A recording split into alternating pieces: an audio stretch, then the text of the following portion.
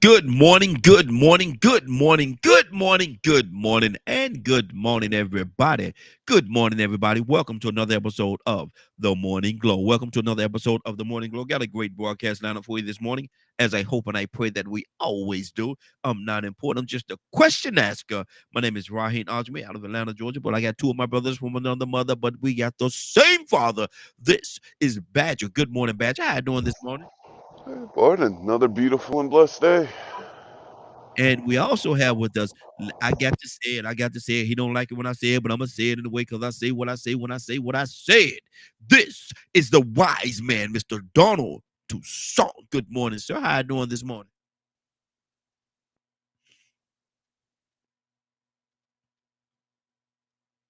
Wise man, Buddy. there you go. There you go. I see. I call him wise man, and he can't even find his mute button. Ain't that something, Lord, my Jesus? So that means That just I me. must be No, kind of let me see the right word. Stupid. no. Actually, what that means is they must be playing around with that mute button because and they playing tricks on you. You know how they say your mind playing tricks on you. They moved that joker. They moved it.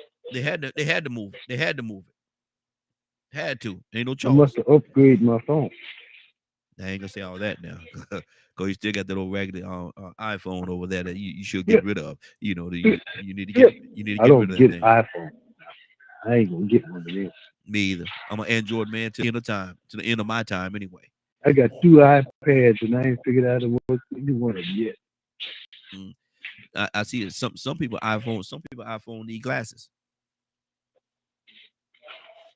That's because they need the other eye. It's something going on with them. See, Badger one of them iPhone guys, man. Uh, No, I ain't. okay, I okay, haven't. I haven't liked Apple. No.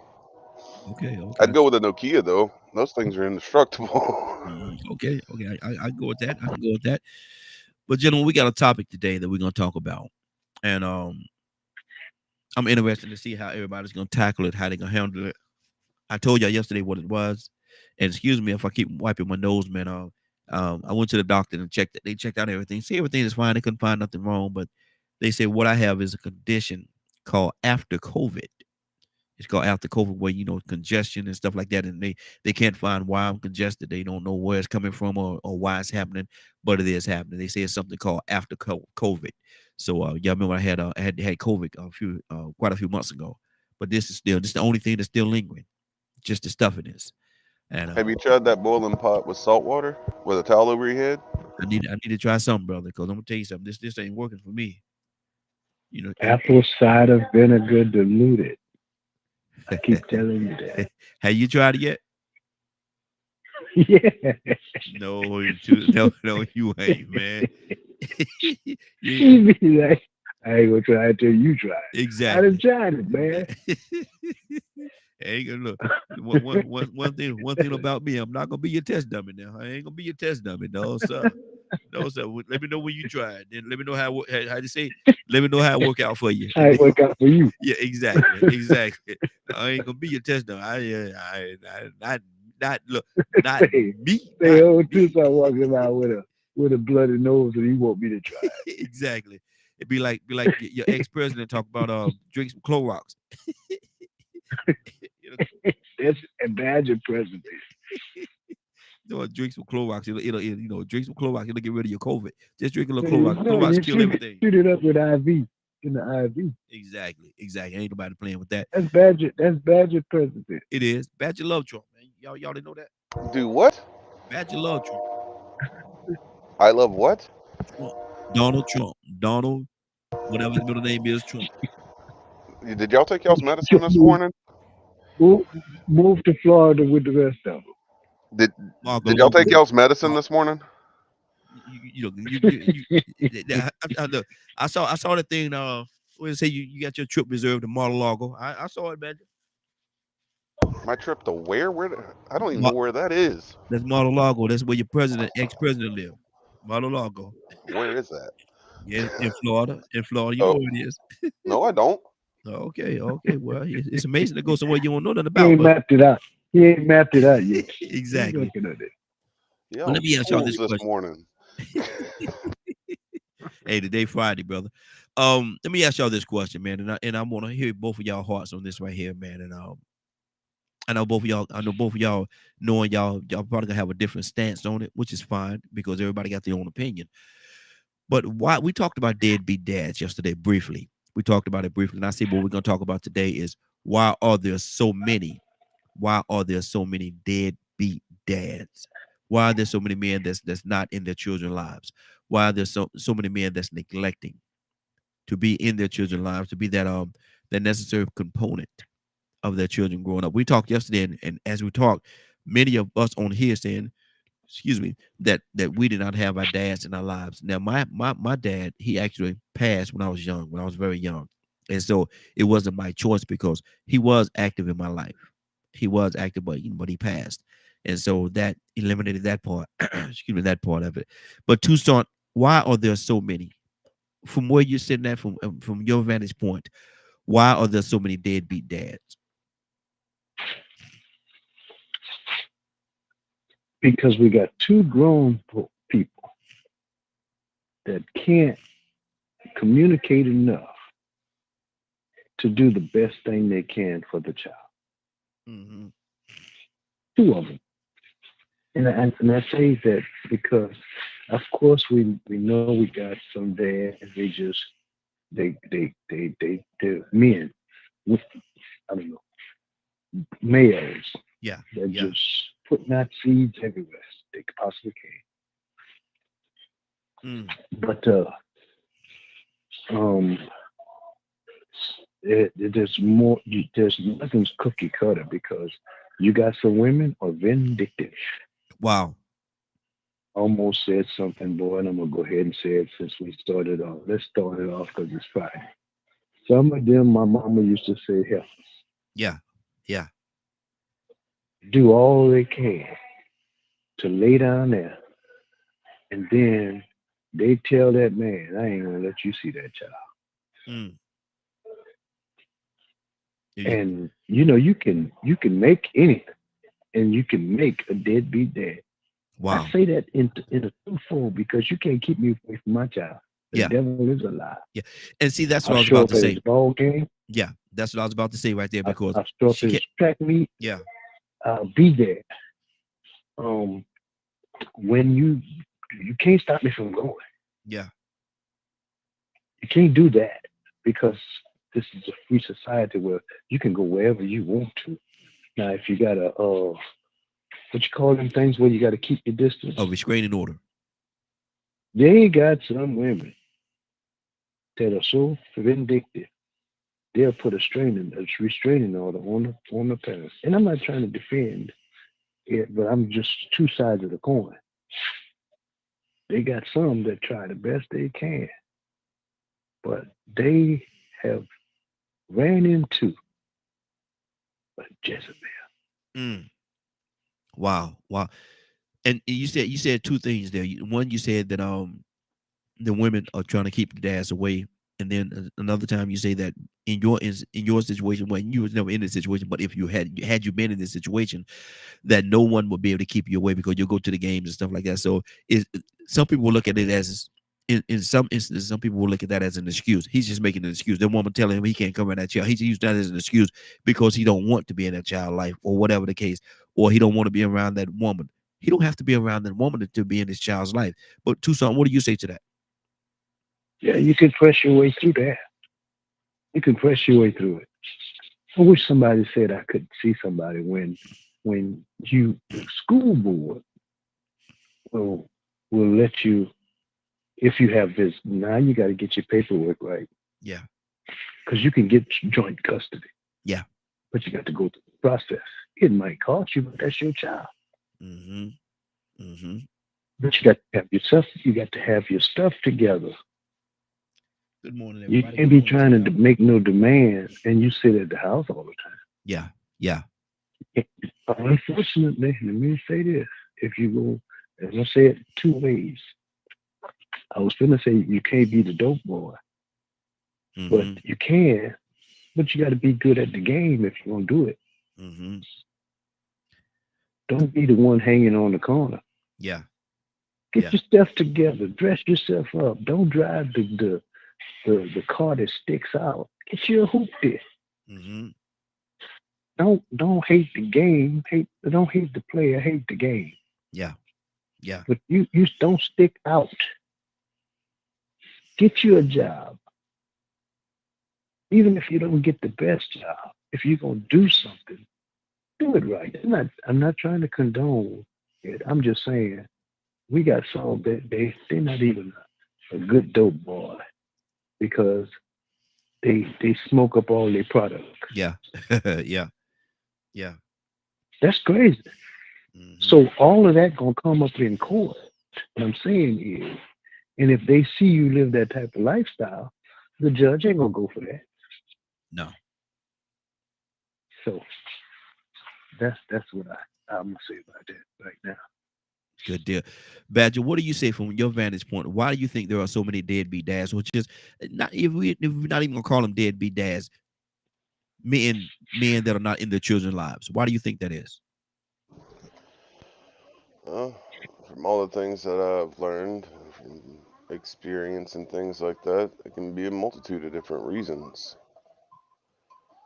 And everything from the kid's disabled and the dad has no idea what to do or how to support, and they're more afraid than actually changing, Hmm. to just personal choice, dealing with a toxic woman. Um, to me, it's not I guess if I had to say a blanket term, I would have to say, no, this is my I opinion. found 20 holes. Um, Yeah. what? No, Tucson, mutual line, brother. You talking to somebody else?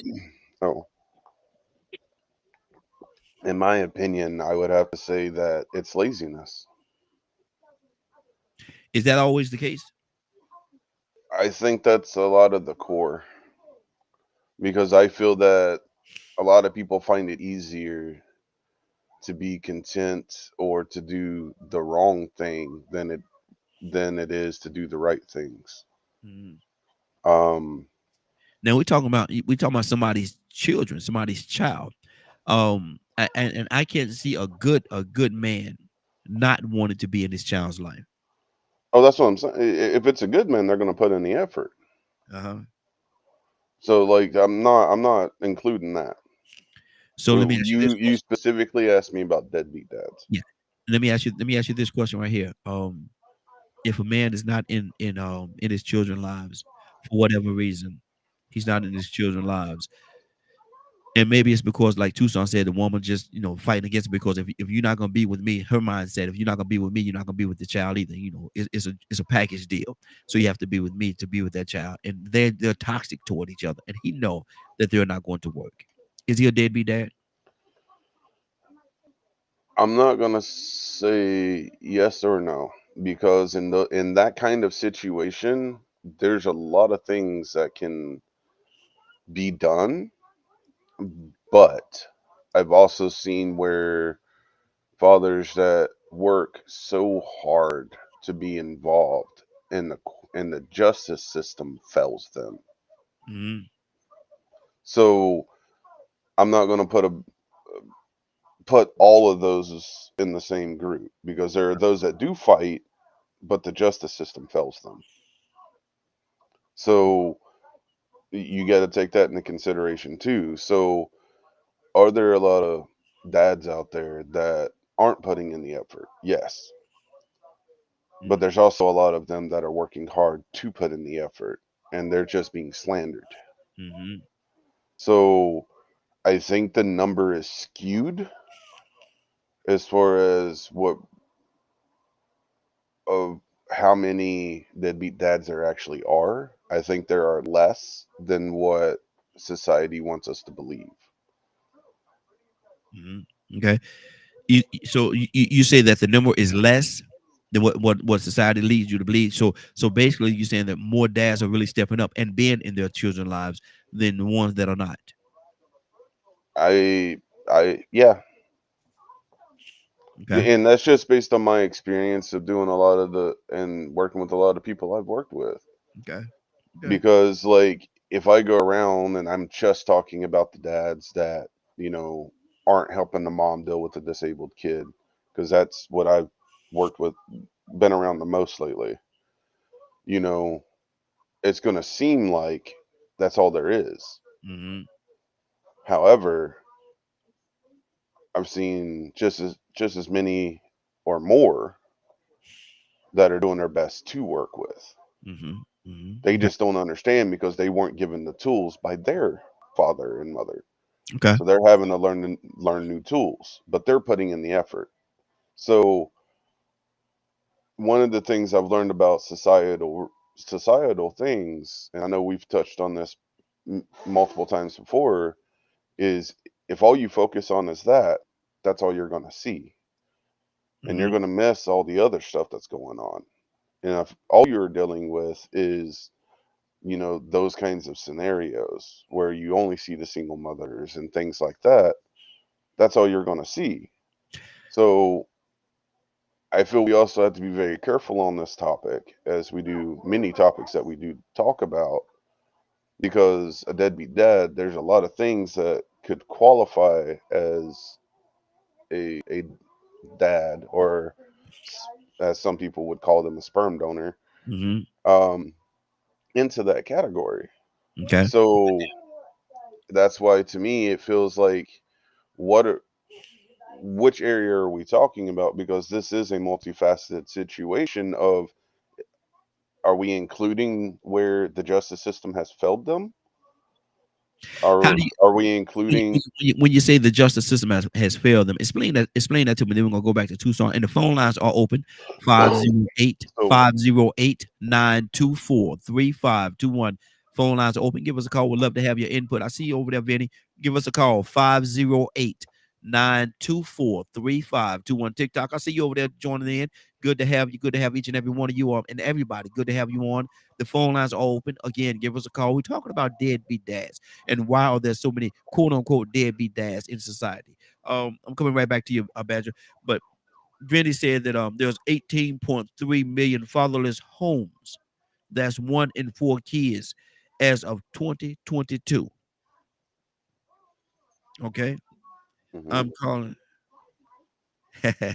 Good deal. Call on in, Vinny. We love to have you, man. 508 924 3521. Go ahead, Badger. Explain that to me. What do you mean when the court system let them down? So I'm going to be a little transparent. Okay. I know a person.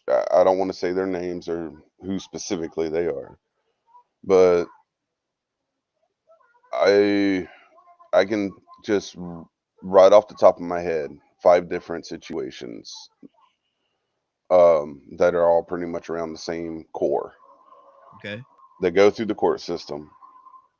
They show all this proof that the mother is doing all this kind of stuff, where there's signs of neglect, signs of um, mental abuse, and things of that nature. They Hmm. show all of this proof, and the justice system goes, "Yeah, we're not giving you custody." Wow.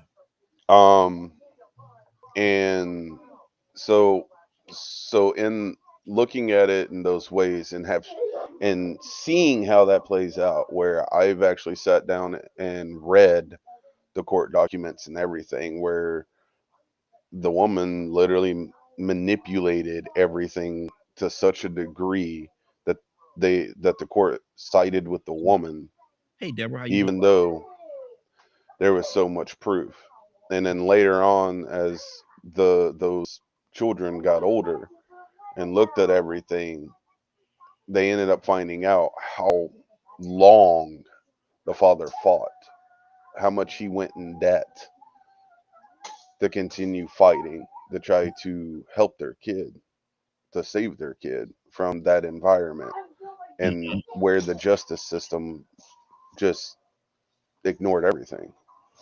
Wow. So, and I've seen it. I've seen the proof. I've seen the evidence. I brought some of that stuff and sat down with a lawyer and go, "Do you think this would happen today?" Mhm.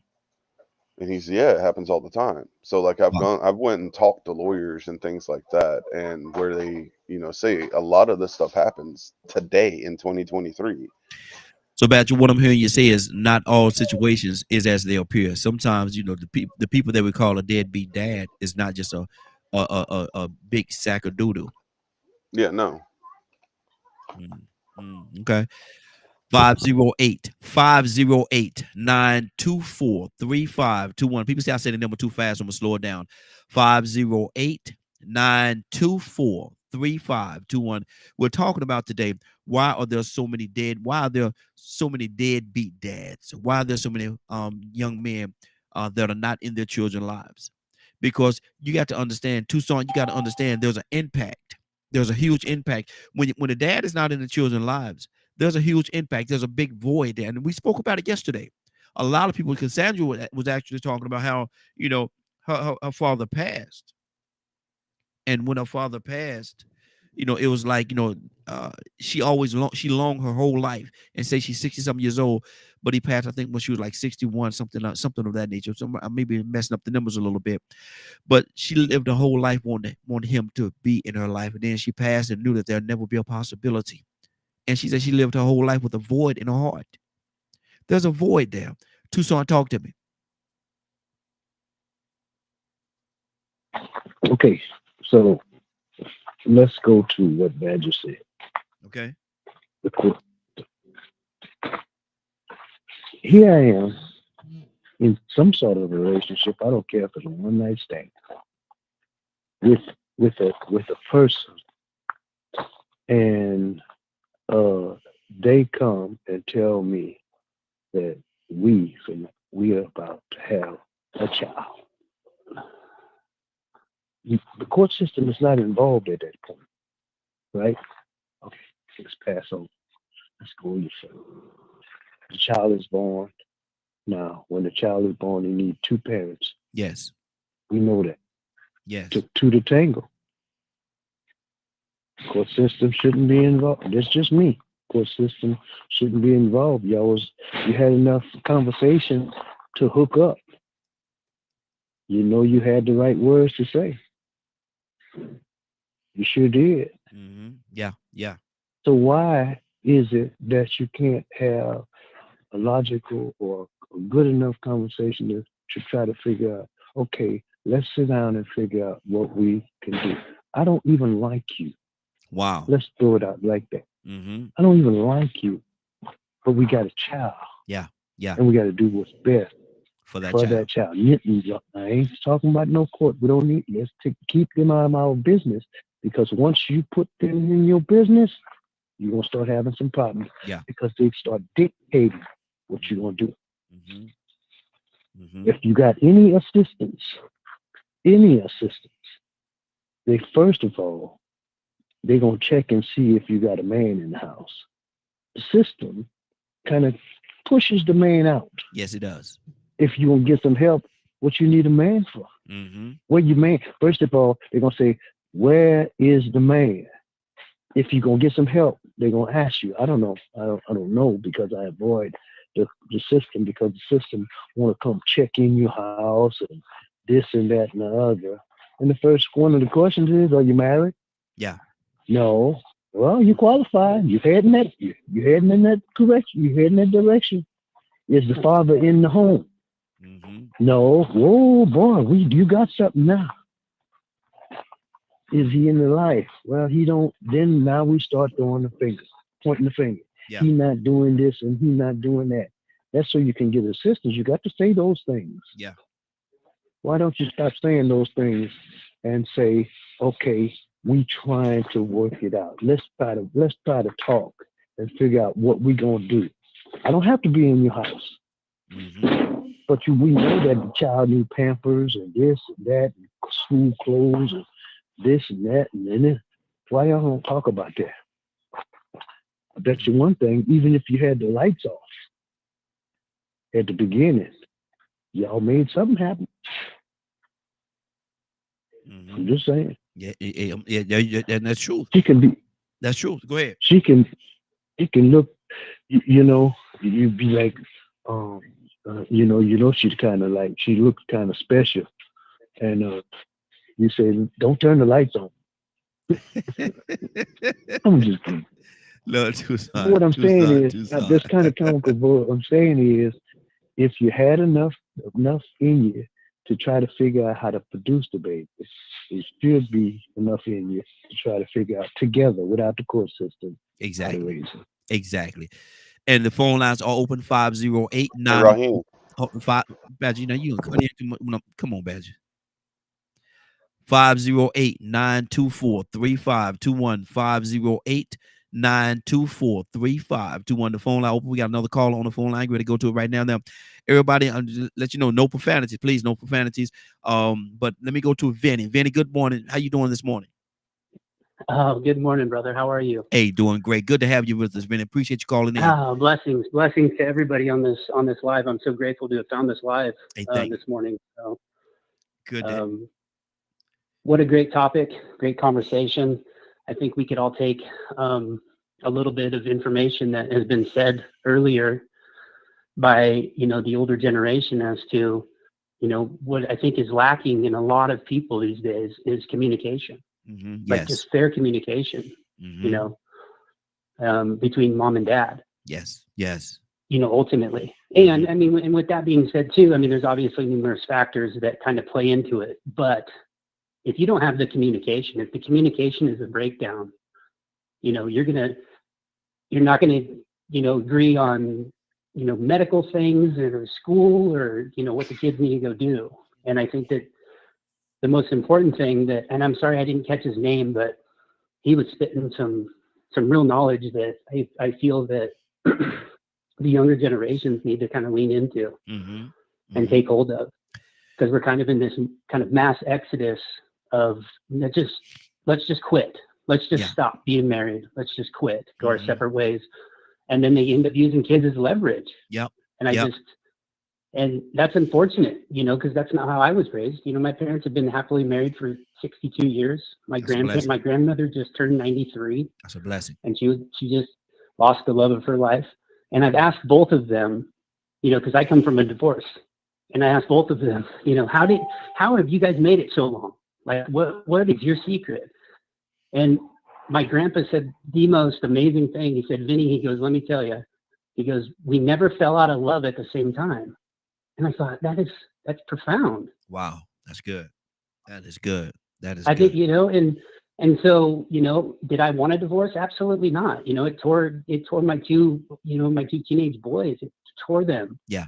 Yeah. Did they have to choose and pick, and then so you're just trying to kind of, filter through all of that. And I just think that, the breakdown of communication, if you even go a day without communicating about your kids when they're under your roof or under your care, you're really doing them a disservice, Yeah. if Yeah. that makes sense. It makes perfectly good sense.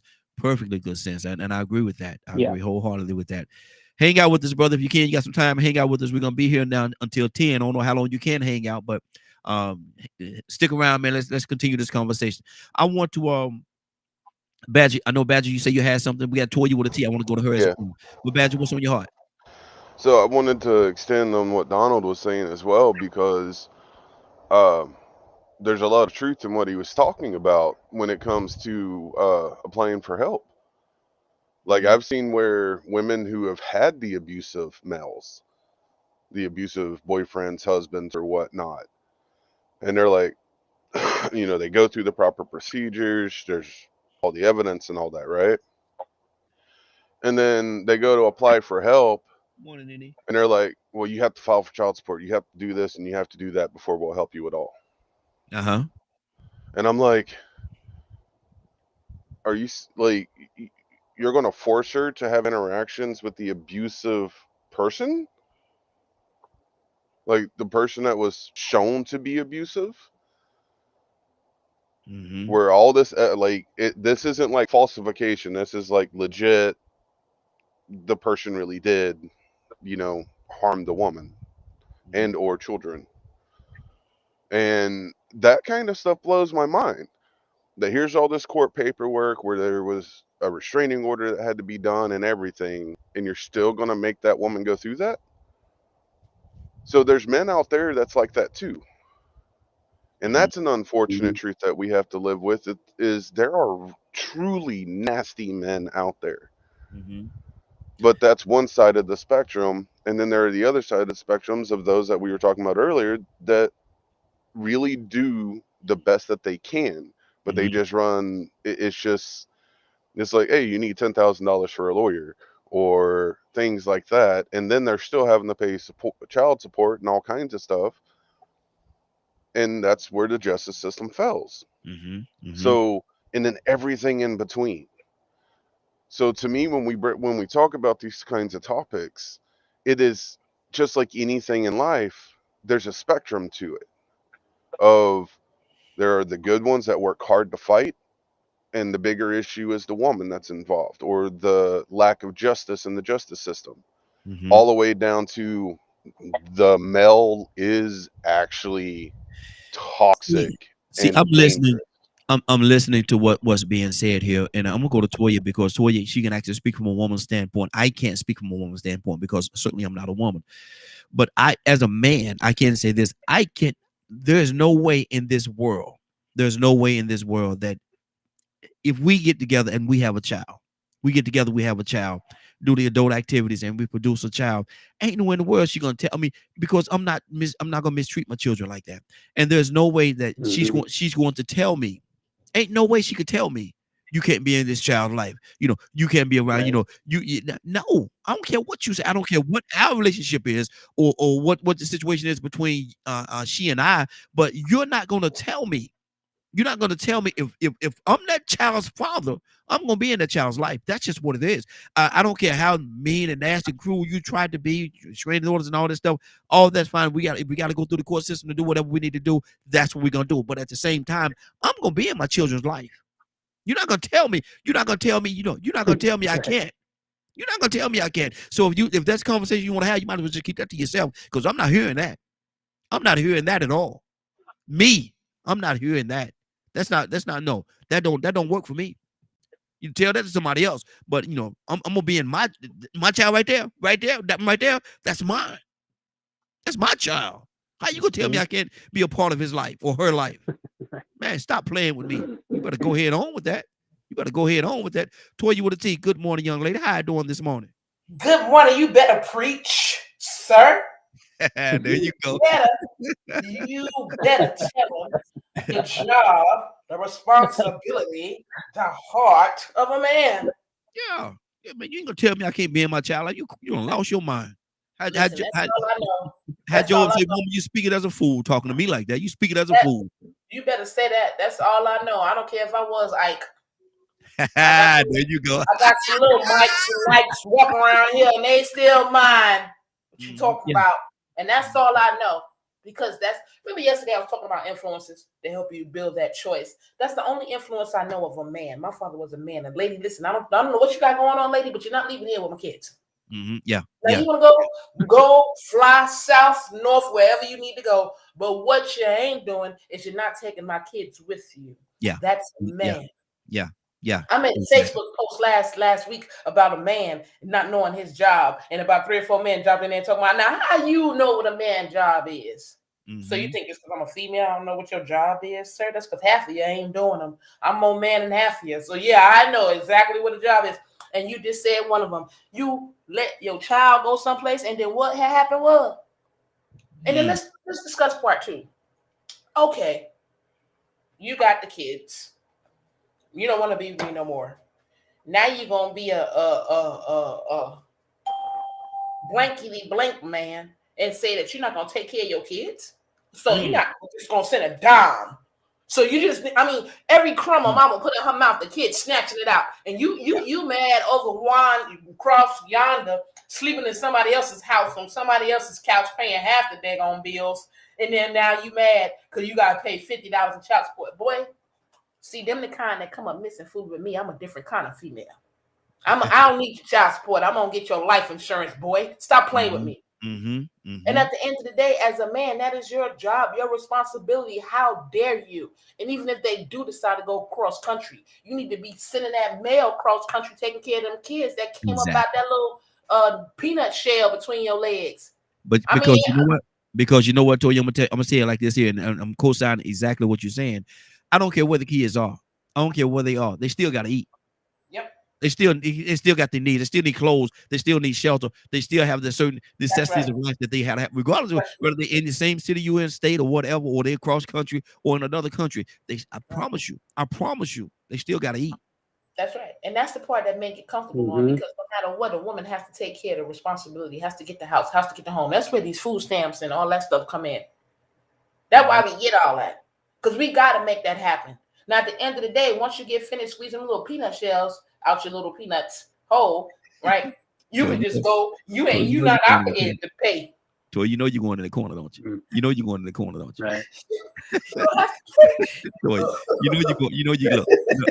I'm just gonna go ahead and tell you. You know you're going in the corner, right? You No, listen, you burn up a tire, right? You burn up a tire. You look, you're go not ahead. responsible for paying, you know what I'm saying, the rent and the lights and the gas. That's why I respect the man who's by themselves and make sure they got, you know what I'm saying? Just the basics. Yeah. You need a job, right? You need to be able to pay for or afford, and you need to have a place to stay, even if it's a roommate. But at the end of the day, if you done laid down and made a responsibility, sometimes, King, that means you're gonna go without. That means you're gonna have a lot of hungry nights, not the kid. Right. That means you're a king and you're gonna take over the kingdom. You don't let your people in your kingdom starve. You will get overthrown if you let them starve in your kingdom, because you are the king, and we have elected you to do such. And it's the same thing with a man. And anytime a man does not do what he's supposed to, he is destined for failure. And you can look it up in the Bible. Go ahead. Go ahead. Amen. Can I say amen? Amen. Can I say amen? Amen. Exactly. We're gonna keep this thing going. Got quite a few calls that's called in, and the phone lines are still open. We got plenty of phone lines, so make sure you continue to call in. Let me go to I think Joetta. Joetta, good morning. How you doing this morning? Good morning. How's everyone? Hey, doing well, doing well. Since we're talking about deadbeat dads, and wow, there's so many deadbeat dads in this day and time. Is it the system? Is it the just neglect, or them just not wanting to be in the children's lives, or is it the woman that's running the men away? They'll never run me away, but some men say the woman, I can't deal with her. You don't have to deal with your kids, feed your kids, clothe your kids, give your kids the things that they need. You ain't got to deal with her to do that. But anyway, why are there so many deadbeat dads? What do you say to that, Joetta? And thanks for calling. Okay. Okay. You're welcome. Okay. Number one, it's the system that's built like this, that's pushing your dad out of the house. And number two, there's no fear of God in anyone anymore. Mm. Okay. Yes. And that's the main reason. Now, the women, this is scripture also, and I see why I say it's no fear of God. This system, as we know, is ran by Satan right now, because remember what the scripture says. He threw Satan and his devils into the earth. Where do we live at right now? On earth. And he says, I'm letting him rule for a time. Okay? So therefore, the scripture says, monstrous women will bring forth monstrous children, and children shall rule over them. So now look at what Satan has done. He turned everything opposite. Now the children taking the mother, they're masculine today, and they even go as far as knocking on the father, and she's demasculating him through this feminist movement. And now the father is out there trying to scrabble the best he could and paying child support, and there's God, no, there's God. So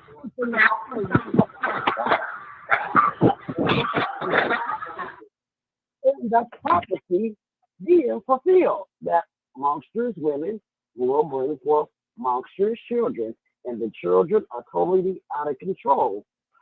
And I mean, just look what's happening around us. Even the LGBT community, they want to take our name and call themselves trans women, and they want to call us cis. And I was like, no, y'all should be the cis, and we should be the and y'all be the trans women if that's what y'all. I mean, and we're going to be the woman, and y'all should be the cis. if that's what it's going to be. Okay. Look Hold on, at the hold on, hold on. devil again. Hold on, since we changing topics. Hold The on. water turned upside down, basically. Okay, good deal. Good. Let's keep this thing going. We got another caller. Caller, what's your name? Where you calling from? Hi, it's Moretta. Hey, Moretta, how you doing? And we're going to the next caller in 1 second. Hold on for 1 second. Moretta, good morning. How you doing this morning? I'm good. How are you? Hey, doing well, doing well. We're talking about deadbeat dads. And why are there so many deadbeat dads in the society in which we live in today? Why are there so many deadbeat dads? Is it because they just don't want to do it? Is it the system? Is it the woman running them away from the children and everything? What do you think it is? Why are there so many deadbeat dads? I think there's a combination of things. I think it's a little bit of like what we touched on last time about rights as well. Mm-hmm. When I say it's a combination of things, I think we're going to start with the mothers overpowering and babying the men. Let's start there. Mm-hmm. Okay. I have 2 boys. They're men now. Uh-huh. And I think a lot of times as mothers, we're so afraid of the world with them and what's been going on in the world that we're not allowing them to be the men they need to be and teaching them to be the men they need to be, along with the fathers as well. We're pretty much hovering over these men, these young men. Yes. Not teaching them how to be fathers. That's one thing. Mm-hmm. The second thing is everybody thinks it's okay to get out here and make babies. Mm-hmm. But nobody wants to be a real mother and a real father anymore. Mm-hmm. It seems to be a prize now to have baby showers and you're not even married. It seems to be a thing to have a baby reveal. It's like a fad now. Yeah. To have these children and not have a parent in the home. Mm-hmm. That's another thing. The last thing is the system and the rights. Fathers do not have rights when you're not married, guys. I don't care if you sign that birth certificate. I tell people all the time, the birth certificate does not give you rights just because you signed it. There is a form called being legitimized that you have to file with the court. Yes. If you pay child support, it's based on being the father on DNA. Mm-hmm. It is not based on having legitimate rights.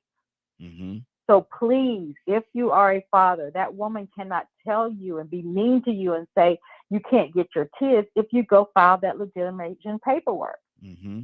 And the system doesn't tell young men that. They tell them how to pay their child support. Yes. That's all they tell you. Mm-hmm. They don't tell you about the rights, and you don't have to deal with a crazy woman and beg to get your child or come see your child. Mm-hmm. Mm-hmm. Because you don't want the woman anymore. She can't control that if you go get that paperwork. Everything is going to be set in stone. They'll have your weekends listed. They'll tell you what you can and can't do. Because without that, you can't make any decisions at school, at the hospital, nothing. Mm-hmm. So the system is messed up. As families, we got to do better in raising these men and teaching them how to be fathers. And people have to understand that this is not something we should be taking lightly out here having babies and want to put up the pictures. Because it seems like it's become a fad. Yeah. I'm watching all these young single moms and women have these huge baby reveal parties and showcase baby pictures like it's something to be doing that's cute. Mm-hmm. Mm-hmm. Not like it's a responsibility. Yeah. And I don't even think they understand the responsibility that goes into being a parent. I don't think they understand You're that. right. I don't think, and that's a part of the problem as well. We got another caller from the 208 area code. 208 area code. What's your name? Where you calling from? 208 area code. Are you there? Is it me again? Is it Vinny? Yes, Vinny. There you go. There you go. Vinny, talk to me. Hey. Okay. Yeah. Such a awesome drop of knowledge from everybody. You know, females that are on here sharing information and sticking up for the men that are, you know, who are afraid or maybe a bit skittish to be able to, you know or even know where to go or do the right thing. I was going to kind of piggyback kind of what other people were talking about earlier. You know, we have this kind of cognitive dissonance right now where they're not even looking at the kids. and they're using, like I said earlier, is like leverage against a parent. And that's like one of the worst things you can do. Yeah. I feel. Yeah. You know, and as far as when the female had mentioned the $50 child support, you know, she had said, pay your child support. Well, there comes a responsibility with that too. If I'm willing to pay child support and alimony to be able to, you're darn right, I'm going to have my kids. Like, I'm going to fight for my kids. And that was my situation. I just wanted my 2 boys. I didn't care what I had to pay my ex-wife. I had nothing. I paid out of the behind a lot more than $50. But I just wanted my boys. Yeah. And I fought her in the court system. I took her to court. And luckily, by the grace of God, I got full custody of my 2 kids. Wow, that's good. That's good. But I fought for them. You have to fight. You have to wake up every day knowing that this life, there's more to this life than just yourself. Like you have young ones that you have to take care of. Yeah. You have to truly love. Lean into them. You can learn so much from little ones. Like, it's amazing. And then as they grow to teenagers, then you can start having that kind of, you know, more mature, you know, relationship. But if these dads are just sitting there making excuses, you know, well, I can't do this because she said I can't. That's all bollocks. Yeah. Like, that's silly. Yeah. Like, step up, be a man. Don't look at the kids as an extension of her. Like, if you don't want to go around them because it reminds you of your, you know, relationship or their mother, it's like, kind of take a step back, you know, like, step up, be a man, grow up. You know, we're all not victims. You know, these kids need all of us. Yeah. Our youth needs us. You know, they're getting abandoned in droves. Like I told you earlier, 18.3 million fatherless homes in 2022. Wow. And that number is crazy. That's 1 in 4 kids. Yeah. That's 1 in 4 kids. That's Evan. crazy. That's crazy. That's a crazy statistic if you kind of step back and look at it. And I know there's underlying things as to why, but my goodness, man, like our youth, we're not leaving them anything, but then to just kind of piggyback and, you know, imitate what we've done to them. Exactly. And it's a generational thing too. I feel like all of us younger generation of men need to kind of lean into the older generations, because you guys had all of it together, and you have to ask questions, and you have to listen to advice and not think you know everything. And you got to be humble, and you got to, you know, it's to spare the rod, spoil the child, but it's also spare the rod and good luck. Exactly. You know? Absolutely. And I don't know. That's just my 2 cents, man. Good deal. I appreciate you taking my call. Hey, I appreciate you being here, brother. Hang out with us, and we're gonna go. We're gonna go to Ryan. We have Ryan with us this morning. Got a couple other people on the phone line. We're going to touch each and every one of you, so please hold on. Ryan, what do you say to this, brother? We're asking the question: why are there so many in this day and time? Why are there so many deadbeat dads? Is it they just don't want to be a part of their children's lives? Is it the women that's running the man away? Is it the system? What do you think it is, Ryan? Why are there so many in this day and time deadbeat dads? You don't want me to answer that? Sure. Come on, let's talk about it. He not one. How you gonna answer something? You don't know what it is to be no deadbeat dad. You can't even answer that question. But I mean, she right to a point, but you got to think, I had a deadbeat dad. So I'm a product of that, right? But I made, like I said yesterday, I made the choice to not be that, to not continue that trend. But in my opinion, there's an agenda attached to everything, even this. I was listening to a person who writes a column, I guess you would call it, for the Business Insider. And she wrote a column talking about how she didn't want to have children, and she wanted to be this professional and be able to just do whatever she wanted to do. And the very next year, she turned 38 years old. And then she had to broadcast a stream explaining how she'd been duped. She bought into this madness that being what we would consider an average woman staying at home, dealing with kids, et cetera, et cetera, et cetera. She'd been duped into thinking that that was something that was beneath her, that women shouldn't be doing that anymore. And her time had run out. So now all of a sudden, she's extremely upset because she's 38 years old and her clock is ticking. And all of a sudden, she's realized she don't want to do parties. She doesn't want to run around and meet all these men. She wants to have children and have something that has a long lasting effect on her life. So I feel like there's an agenda. They're pushing that agenda on women. And at the same time, they're pushing on men that you don't have to be tied down. You don't have to take care of business anymore. The state will take care of that. Wow. And I know it sounds so way out there when you talk about it or when you try to rationalize this. But as you speak it and you start looking around at what's going on in the real world in the flesh, it all of a sudden starts to make a little bit of sense, if you know what I'm saying. Wow. So the system is setting up this whole process. It's destruction. It's called manifest destiny. If they can get us to keep a household divided, it don't matter what color you are. So let's get that out the way right now. It don't matter. It affects everybody. Yeah. Right. So if they can get you to put aside these norms that have been going on since humans were birthed on this planet, put aside your gender roles, create a division, a gap. Look at our birth rates. They're non-existent in this country anymore. Our sperm counts are lowered. Like all of these things play a role. And then what can they do? They can essentially march in, take away certain things, and we got to cave in because we don't have anybody left to fight them.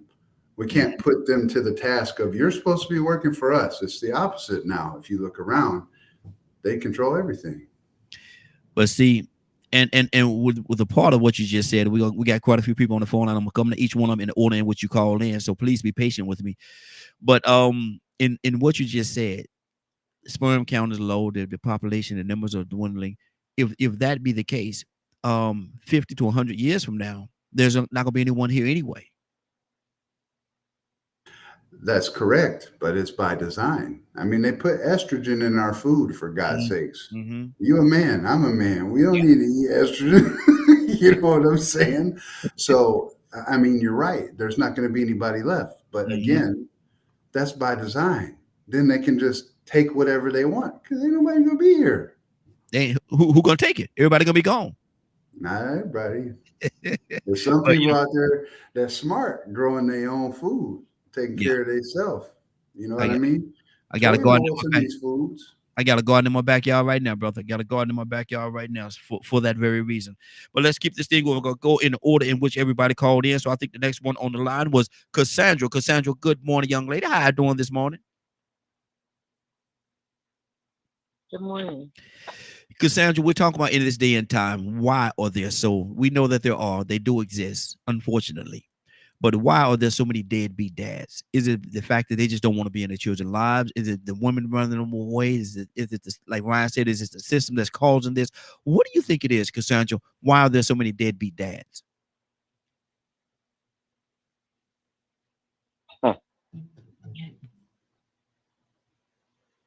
There are multiple factors. We know that there are multiple factors why this is taking place. It could be, oh boy. Okay, so we can say that women run them away. Okay, go ahead, throw that in there. And I'm gonna tell you, just hold on. Let me say this. Go ahead, because I just. No, let me say this because. No, let me say this because. Okay, somehow I'm getting a terrible feedback from somebody's line. Let me see here. I'm getting a terrible feedback from somebody's line. I don't know what that line is, but my thing is this right here. And I said this before you came in, and that does happen, people. But me, And I said this earlier. I don't care what the situation is between me and the mother. I don't care what the situation. You're not gonna tell me I can't be in my That's child's it. life. You're not gonna tell me. I don't care That's what it is. it. I don't care what the system said. I don't care what none of that foolishness. You're not gonna tell me if that's my child. I said this before you came on. If that's my child, you're not gonna tell me I can't be in my child's life. Point blank. Period. I don't care what anybody say. That's my baby. That's my baby. You ain't gonna tell me that and have me to listen to it or try to go by this foolishness because you feel some kind of way about me. That's still my child. Feel the way you want to feel about me, but that's my baby right there. I'm gonna be there. I ain't gotta be with you.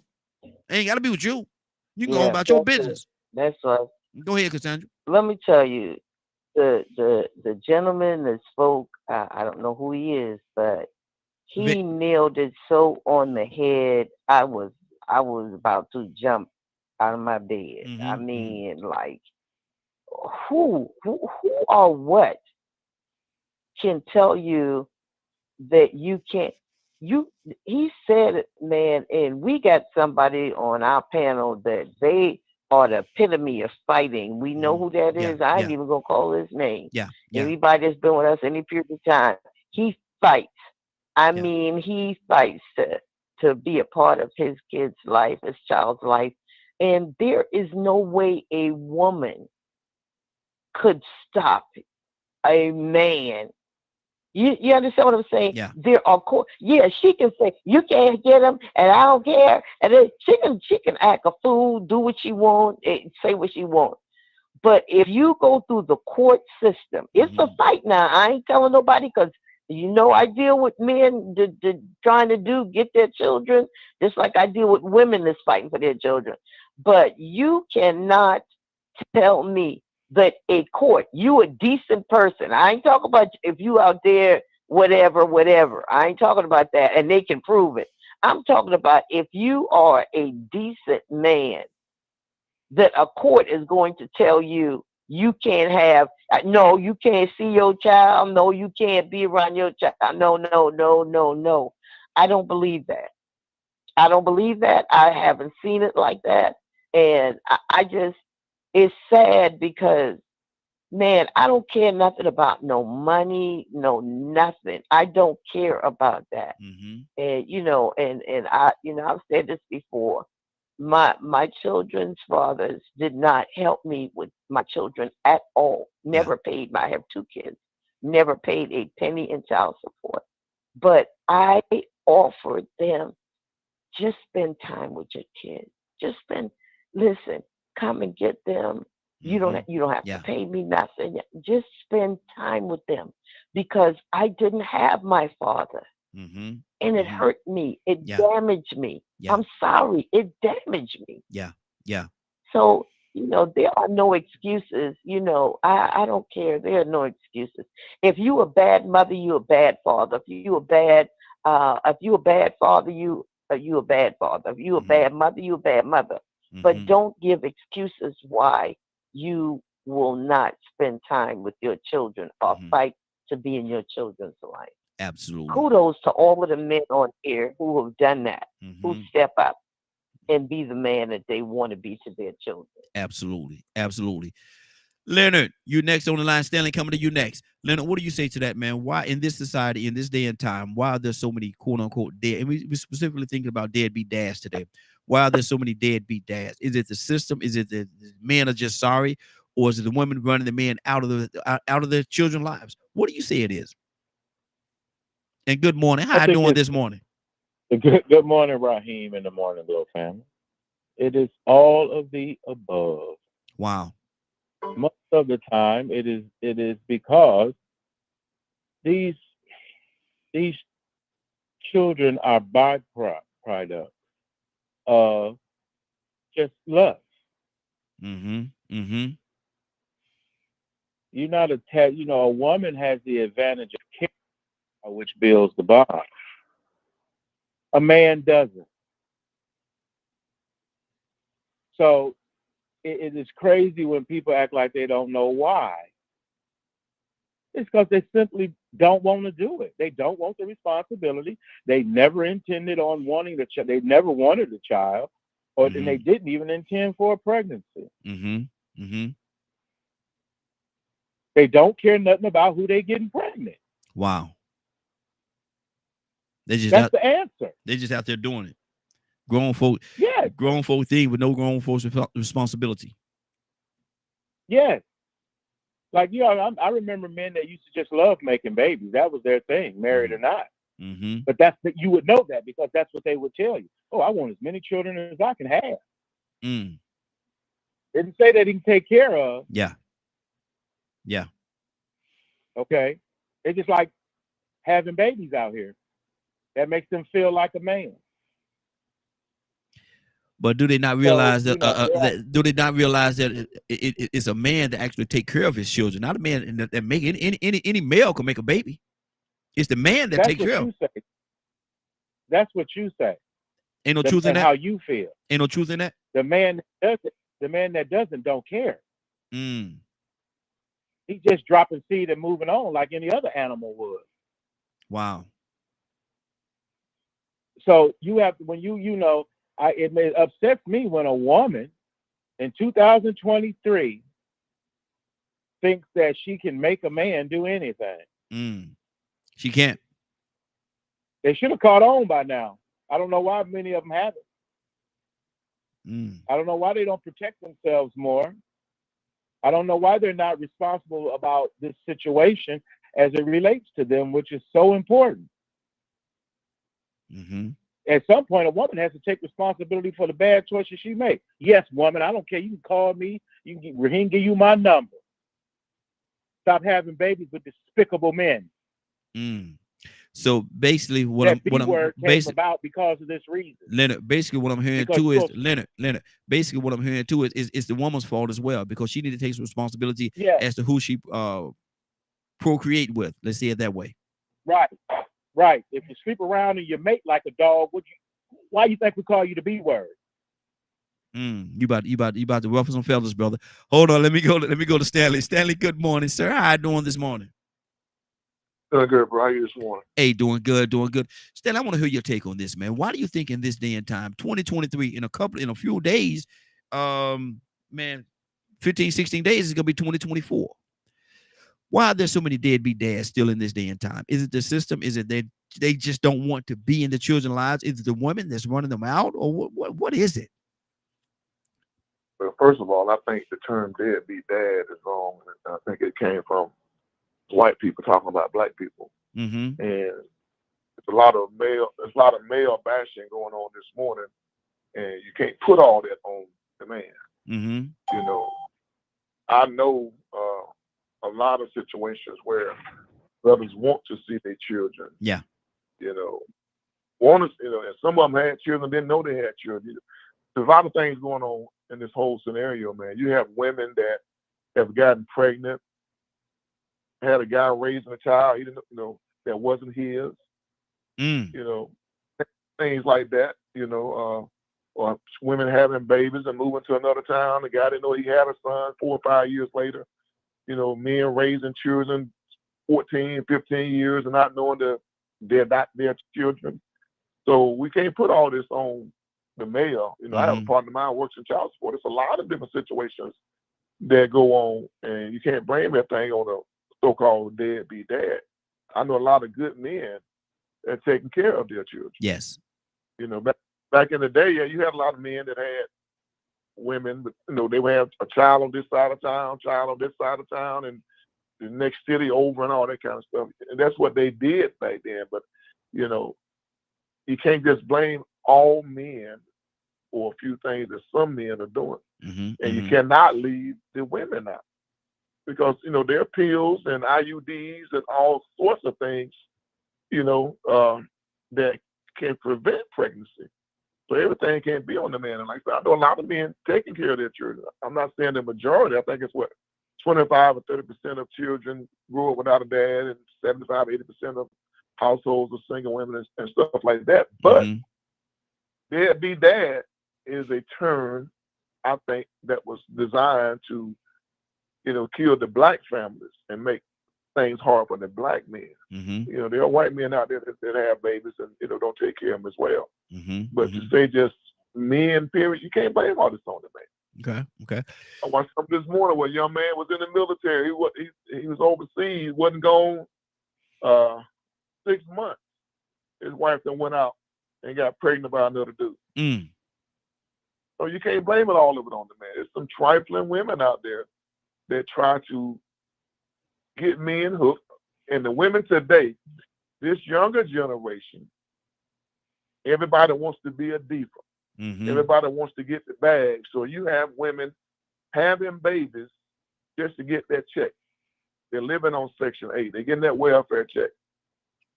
And I understand the men, some of these guys, they got girls pregnant now. Wow. They're having sex with them, and they can wrap it up. And I understand they can put the condom on and all that.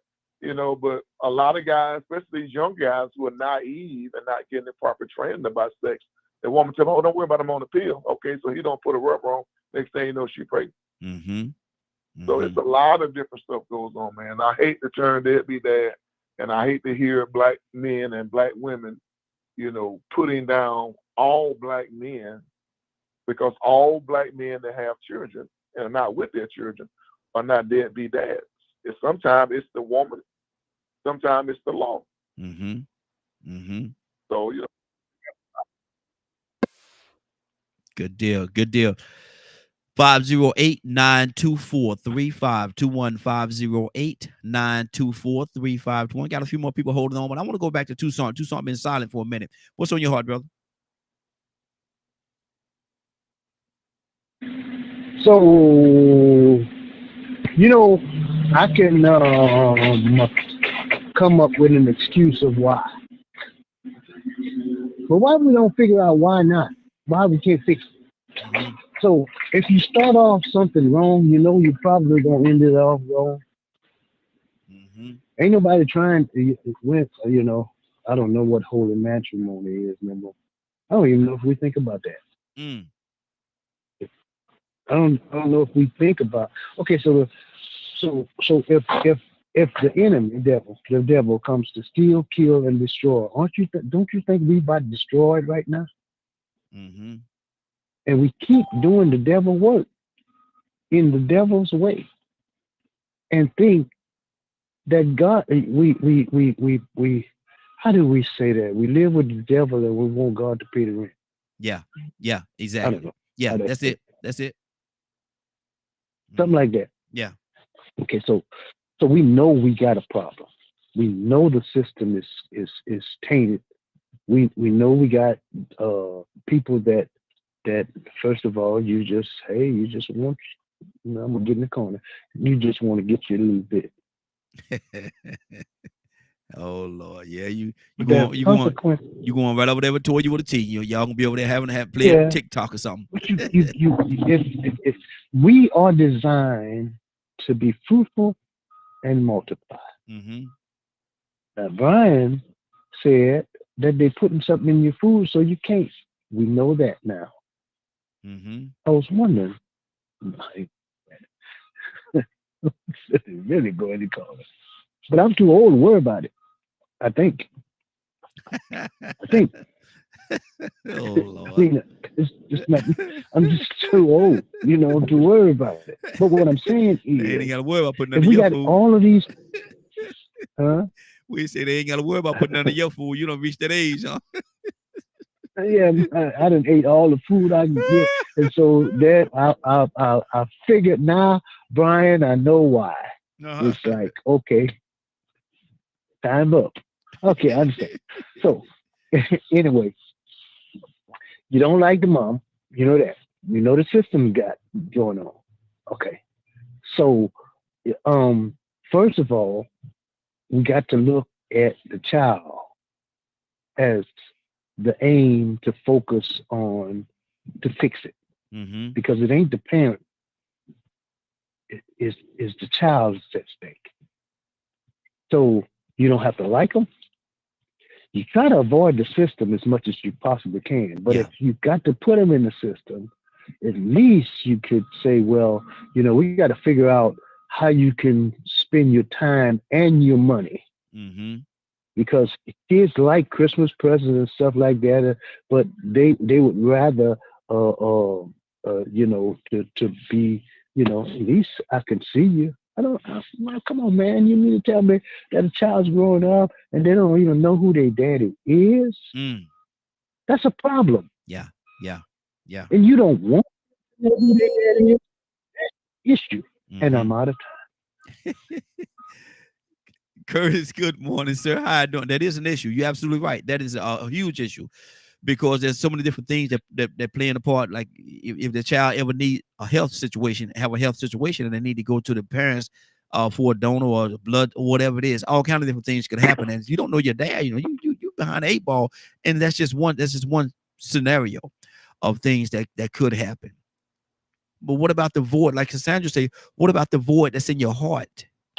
Not knowing who your dad is, and seeing everybody else running around with their dad and in the parks and different things like this, and you just sitting there wondering, Mama, where my daddy? Mama, where my daddy? Mama, you didn't make me by yourself. Where my daddy at? There's a void there, Right? man. Can I There's a void. Yeah, go ahead. think about all the men that have raised children, and then like you just said about at a medical emergency, might need some blood or may need a kidney or whatever, Mm-hmm. and they go to donate that blood or an organ for their child and find out the child is not theirs. Mm. Well, the women been lying. That's Yeah, the kind of stuff I'm talking about. So yeah. we can't blame everything on men, on deadbeat, or as the term y'all using, deadbeat dad, because Mm-hmm. there's a lot of women out there that have done that. Mm-hmm. Yeah. Went out there and had children, by other men, man raising a child thinking it's theirs. Medical emergency come up, you go down to get blood or whatever, not even your child. But Mm-hmm. then it's so everybody wants to, comfort the woman. It's like if you watch this paternity stuff with I can't think of the judge's name. How many men on there every week? Mm-hmm. Women got them on there about child support or whatever to find out the child are not there. Mm-hmm. So it's just, we can't blame everything on the man. Black men have enough struggle trying to survive in this world, and then we put all black men in the same bucket, and that's Mm-hmm. not, that's not right. Yeah. Not Yeah. right. And I remember Maury Povich, he made a whole career out of that. Is Uh, 99.9.99% You're is not not the yours. father. You are not Right. the father. Yeah, You're not yeah, yeah. He right. made a whole career out of that, man. And that's what he based the show on. Let me keep this thing going. Who I say I was gonna go to. Let me see who we got here. Curtis. Good morning, Curtis. How you doing this morning? I'm all right, family. I'm all right, man. I'm alive, man. God Praise. is good. Yes, What's sir. going on with y'all? Hey, doing good, doing good. Asking a question, man.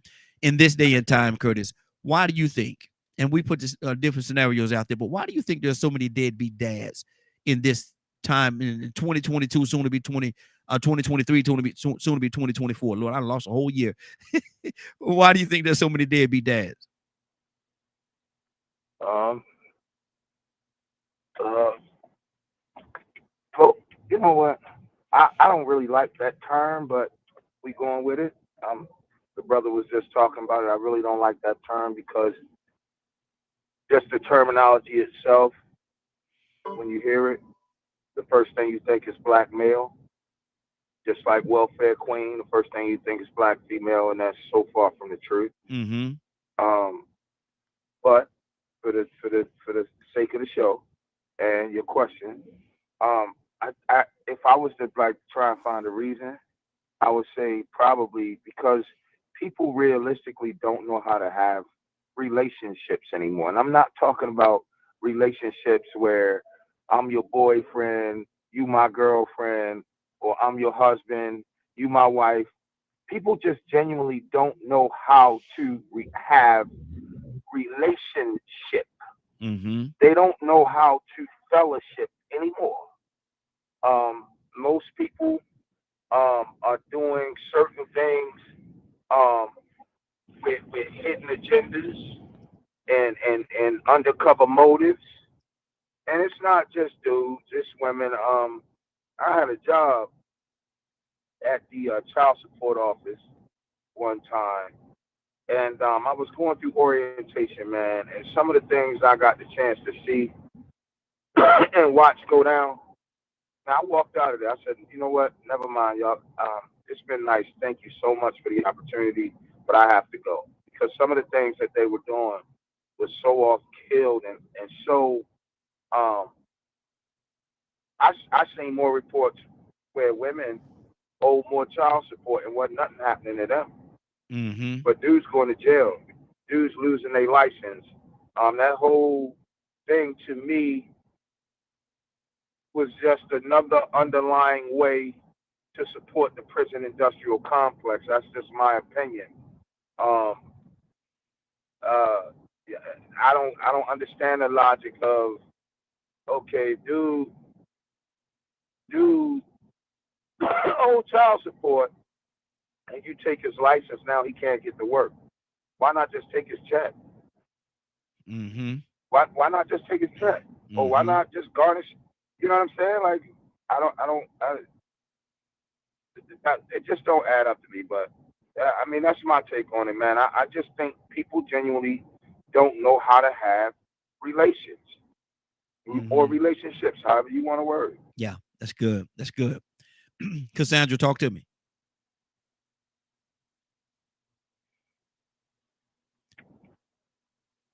Cassandra, you there? Yeah. I'm here. Um, I guess you know some of what everybody's saying is true. The only person that I feel sorry for in all of this are the children Yes. because they're the ones that suffer through. They're the ones.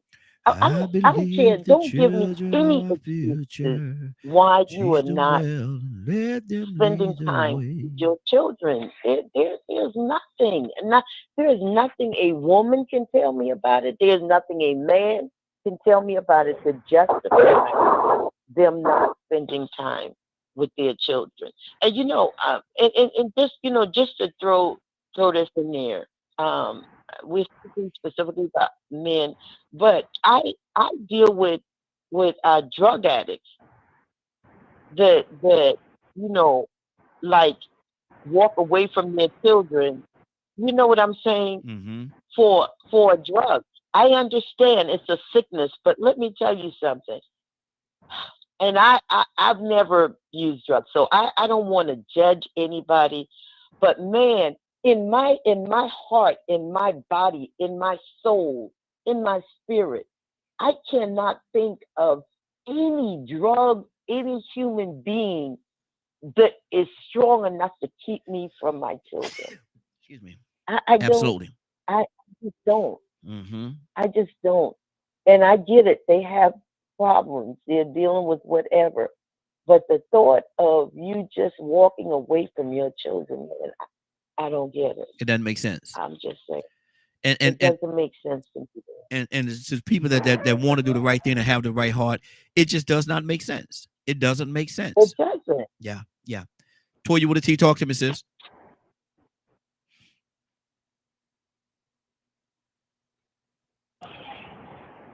You Toya. caught me in the middle of typing. I was trying to get that last word typed, and you came around here too fast. Okay. Toy with the T is a different kind of species. Mm-hmm. Talk I to me. don't want to hear all that. We're gonna take it. I'm sorry. I like using the garden as a reference. Another Yeah. reason why Jesus had to die. Please don't be offended because I got a big mouth. Mm-hmm. Didn't God tell the man that he had a job? Mm-hmm. Period. Yeah. Period. And then the man said, well, it did woman you sent me. Don't get mad because you done dropped all these peanut shells all over the place and you got to go back and clean up them peanut shells. What did God tell you to do? We're doing things out of order and we come up with all these other excuses. But if you had not have done it out of order in the first place, we wouldn't be here. So I don't want to hear that. I hold men to a different, higher regard. If you're going to be a leader of your so-called created first lead head, watch what you do with your head then. I mean, I'm just saying. Mm-hmm. And then it's all these other excuses. Well, the woman. I'm going to say it again. What the Lord say when Adam said, well, the woman? He said, get out. Get out. You cannot be here. Because you don't want to accept your responsibility. Is always something. Now, this is coming from a woman. I'm sorry, I ain't got no kids. Maybe I don't need to be talking. But I just got nieces and nephews, and you can have anything. You can be a stranger on the street.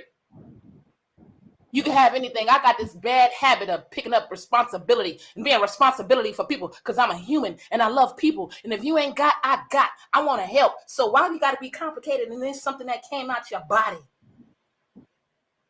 You and somebody else, you arguing, it shouldn't be no argument.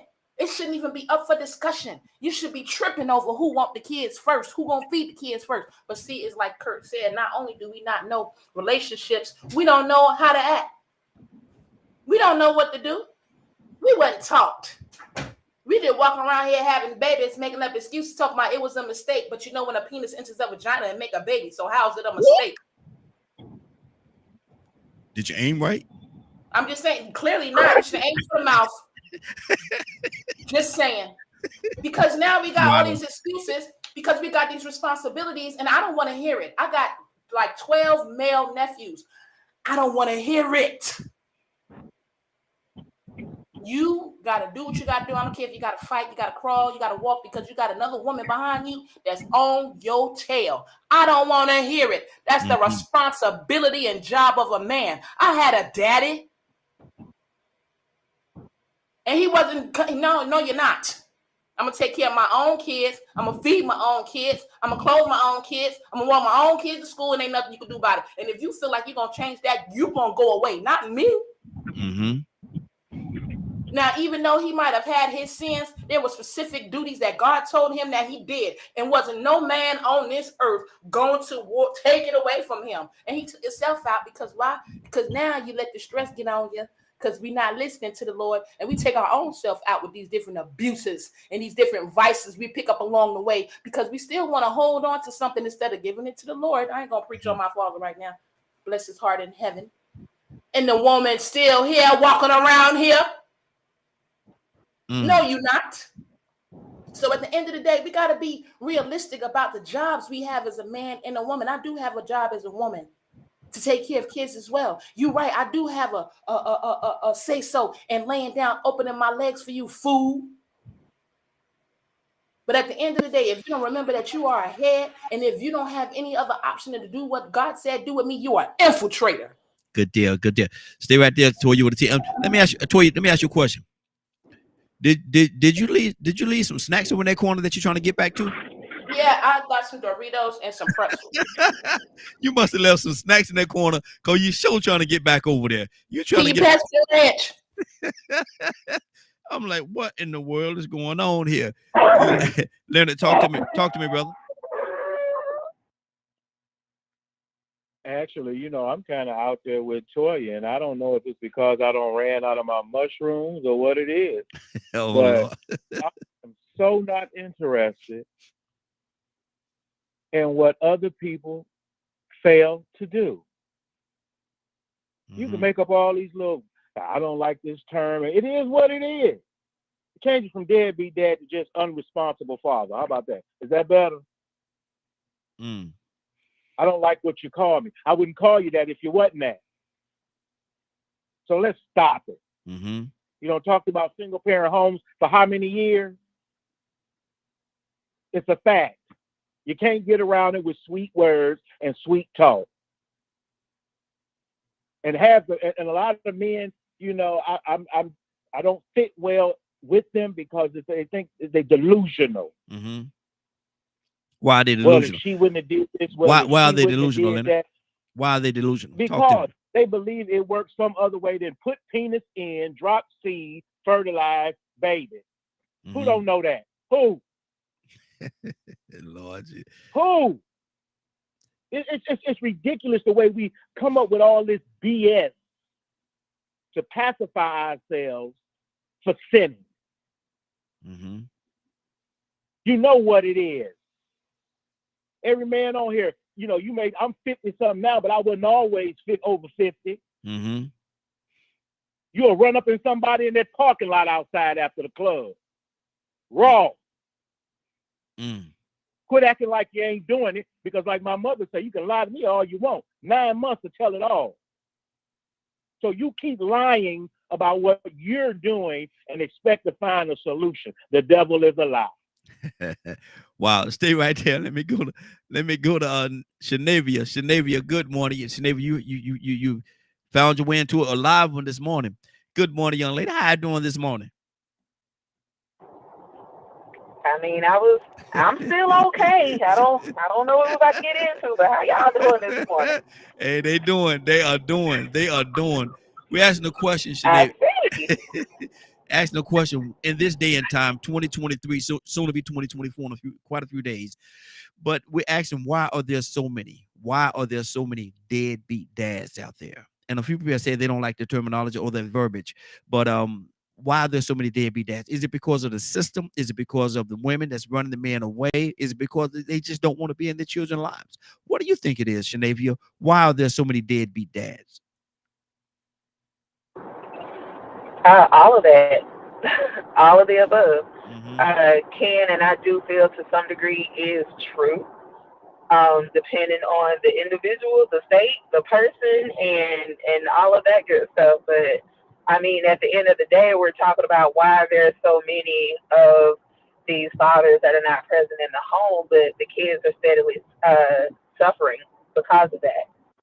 And I think that there goes to even more so. Y'all know me. I'm always bring it back to some type of mental or emotional. Mm-hmm.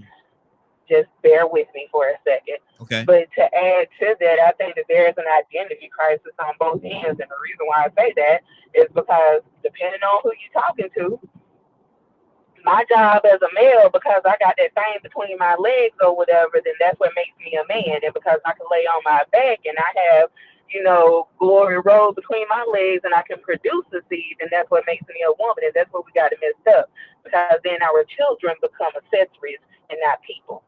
And then we get into the victim Olympics of who did who wrong the most, and the kid is suffering on an account of two adult children that came together and produced broken seeds. Mm. Hey, Toya with a T. Let me ask you a question. Toya, I'm in the corner now. yeah, that's why I'm going to you, because you're already over there. But Toya, did she just say Glory Road between her legs? And Victim Olympics. Yeah, I heard that. I'm over here like, yeah, I never heard it like that. We got new grandma sayings. These 2023 future grandma sayings, they are going down in the books. Yeah, exactly. Road. Yeah, that explains it right there. Glory Road. You can't even have a sane mind after seeing a Glory Road. What you expect them to do? No wonder they crazy. Yeah, they done lost it all. Ryan, talk to me, brother. They done took a dip in the dipping sauce. Ryan, talk to me, brother. I don't know if I can talk after all. Oh man, They must be Friday. Did they have to be Friday? thank you, Lord. Yes. So this my input coming from a home without a dad. Mm-hmm. I've said this, almost any time we have a discussion like this, my dad dropped or my donor dropped my mom off at the hospital when she went into labor and rolled out. Mm. But that's bothersome to me, Mm-hmm. because I know how, I take care of mine. I got all mine. Hell, I take care of people's kids that ain't mine. Mm-hmm. So that's just me. But what's troublesome to me, and I'm going to get some pushback from the ladies on this one, is that my mother hid who my donor was. Mm-hmm. She refused to even tell me his name. Wow. Until I was over the age of 30. Wow. Wow. And, I asked her, I'm just like, why won't you tell me? I could have brothers and sisters out there I don't know about. I could have some genetic dispositions that I don't know about. I used to think that, Toya. I actually used to think it was she thought I was going to do something to him or go hit him up for all that money he owed. That's not the type of person I am. I just want to know who he is. I just want to know why he dipped out. And knowing my mother then, I Ryan, probably have a good ask you idea this. why. Let me ask you this. Ryan. Wow. Ryan, do you think there's some mysteries about yourself that if you knew who he was would answer those questions in you? I believe so. I mean, I'm the tallest man in my immediate family.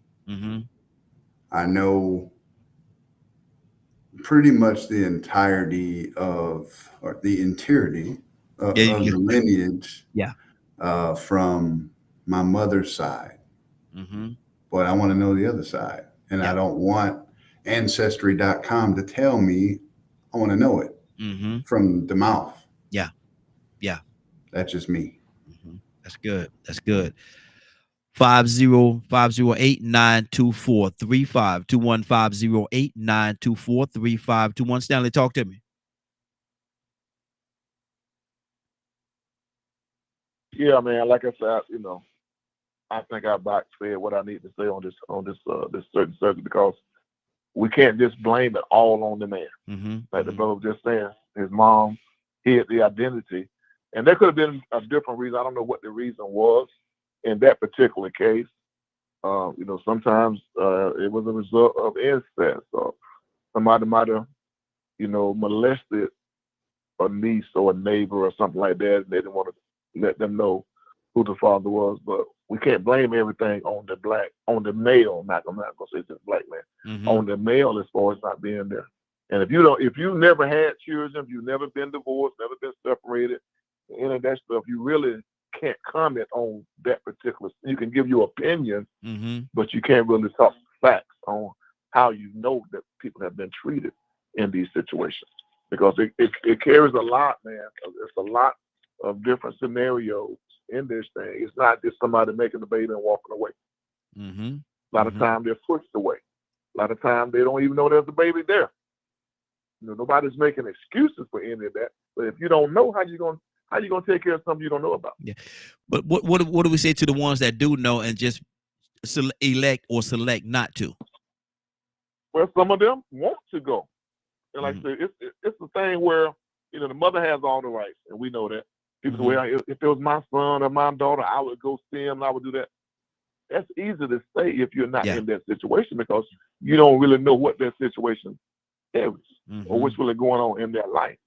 So it's easy to say what you would do, but if you've never been in that situation, then all you're doing is having an opinion. Yeah. Yeah. So we can't blame everything on one. We can't blame everything on the man. Can't blame everything on the woman. It's everybody has a different situation in their life that was going on. Yeah. So we can't say, well, they made the baby and they should have took care of it. Well, maybe they made the baby and wanted to take care of it, or maybe they made the baby and didn't know there was a baby. Okay, that's good. It's a lot of different scenarios. There's a lot of layers to this thing. I know guys left babies in Korea and Germany, didn't know about it until 2 or 3 years later. So it's a lot of different things. And women have pregnant by guys. A lot of women get pregnant by guys. It's not because of love. It's not even because of lust. A lot of them get pregnant so they can get a check. Yeah. Talk about that. You know what I'm saying? There's a lot of different layers to this. Yeah. There's a lot of different roles, man. They all lead to the same thing. And Cassandra said it best. It's about the children. Right? Yeah. Yeah. Children, exactly. If you know about the children, then you can help take care of the children. But if you don't know, or if you're dealing with somebody that don't want necessarily for you to be in that child's life, it's some lot of crazy women out there, man. I've seen a lot. I'm telling you now. I ain't telling you what I heard. I'm saying I've seen with my own eyes. Yeah. People can be really vindictive. They can be really crazy. They're quite ignorant sometimes. So that's it. That's it. Again, 508-924-3521. 508-924-3521. Mr. Hicks, good morning, sir. How you doing this morning? Good morning. Good morning, Raheem. Good morning, family. What's up, Ryan? Good deal. Hey, good to have you with us, sir. Good to have you. We asking a question in this day and time, Mr. Hicks, and from where you're sitting and your wisdom, why are there so many deadbeat dads? Why are there so many deadbeat dads? Man, don't be wisdom. Don't do that to me, but I'll say this, right? Mm-hmm. As I was listening, I had this thought, right? If some kind of way it was reversed, if a man and a woman had sex, right, Mm-hmm. and the man got pregnant, right, instead of the woman, it would be the same thing reverse wise. See, Mm-hmm. they have to do it. They can't escape it. It comes through their body. They get connected to it. There's a love connected to that. They gotta stay. Mm-hmm. But if it was reversed, right, they do the same thing. Deadbeat moms. It's just reversed. I Mm-hmm. think I think that I think that in the essence is this, right? The bottom line, this whole sex thing, this whole life thing, right? People have sex to have fun. It feels good. Mm-hmm. Creator put something about that, just like food and stuff, that you won't starve yourself to death. It feels real good. So they have sex to have fun, and a baby is produced. Under the right condition, when they lay down in that bed with the thought in their mind, praying over the womb and praying before they do this, say, let's produce ourselves a perfect kind of baby. And I'm going to treat you right while you carry this baby. But we having this sex. We're going to have fun while we do it, right? But we're trying to make a baby. Remember Billy Paul, come on, let's make a baby. The Uh-oh. intent is to make a baby, and they Mm-hmm. care for that baby. But it's just about fun and games. You know, it comes to that.